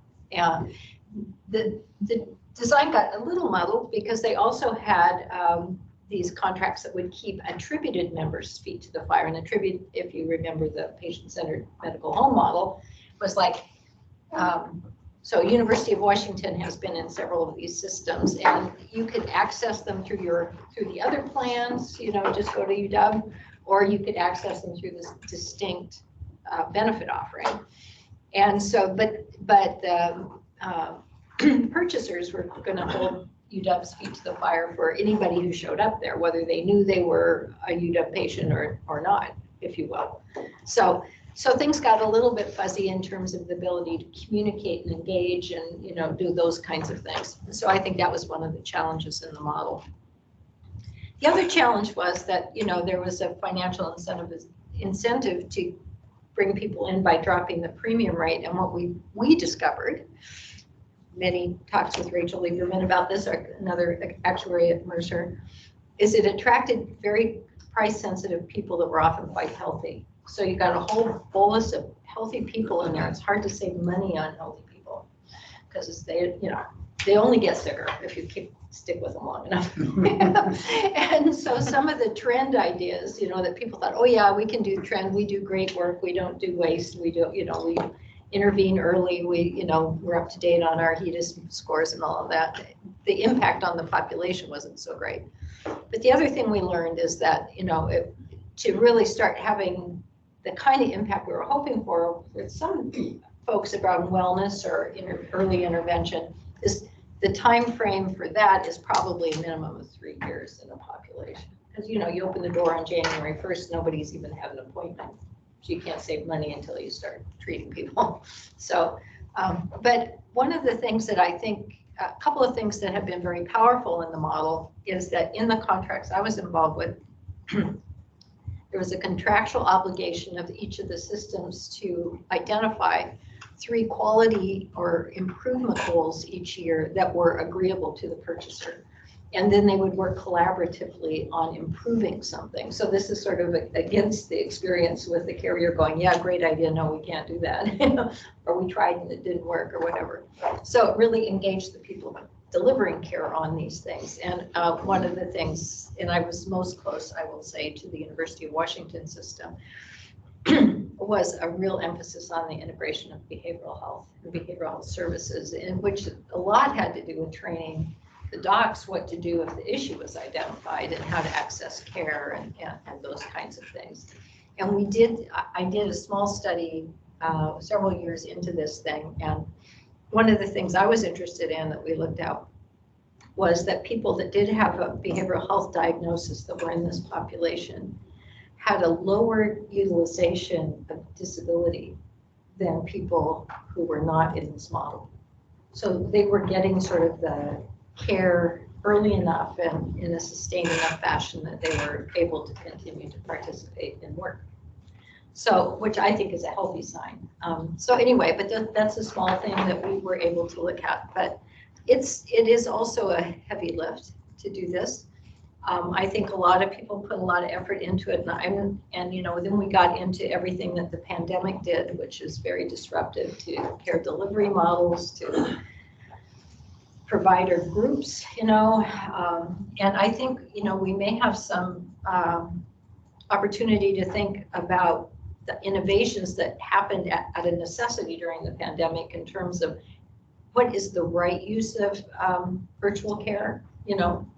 It's not magic by itself. Obviously, you can have bad virtual care, you can have disjointed virtual care, you can have all that stuff, but you can have an integrated asset and things that are useful to people. And a number of people, patient-wise, find it acceptable or normal or whatever. And some people like it better. But I think the accountable care model organization, hopefully we don't lose the lessons learned, but it is, once again, a model in evolution, I would say. So that's basically my story. So, it's the ones in Seattle or ones in Washington, they are in the Seattle Puget Sound area because you did need that provider system. You wanted that competition. So is this going to work in rural areas? Probably not. No. And the right? critical mass of members. Critical mass to members. do the Yes. measurement, right? Exactly that, and then the way that Washington's doing it, making sure the contracts are right. So, and also the incentives, the incentives of people doing it, going into that plan. Talking about the price sensitive people, it's contributions, how the contributions work with PEBB, and trying to get the right people, the people who need the better care management into those plans. So that's, all considerations to think about for this. So there's definitely some really good elements, and the lessons learned. I think, I don't know, as with the medical home tiers, it's kind of like you set these standards, the providers start practicing to it, and it kind of permeates throughout the system, right? It's like medical homes are now everywhere. It's like you're going to be able to get a doctor on 7 o'clock on a Saturday, or well, actually maybe 6:30, but like primary care doctor at 6:30 p.m. on Sunday, or Saturday, that sort of thing. Like there are improvements that go out through the system, but you have to have it essentially system statewide.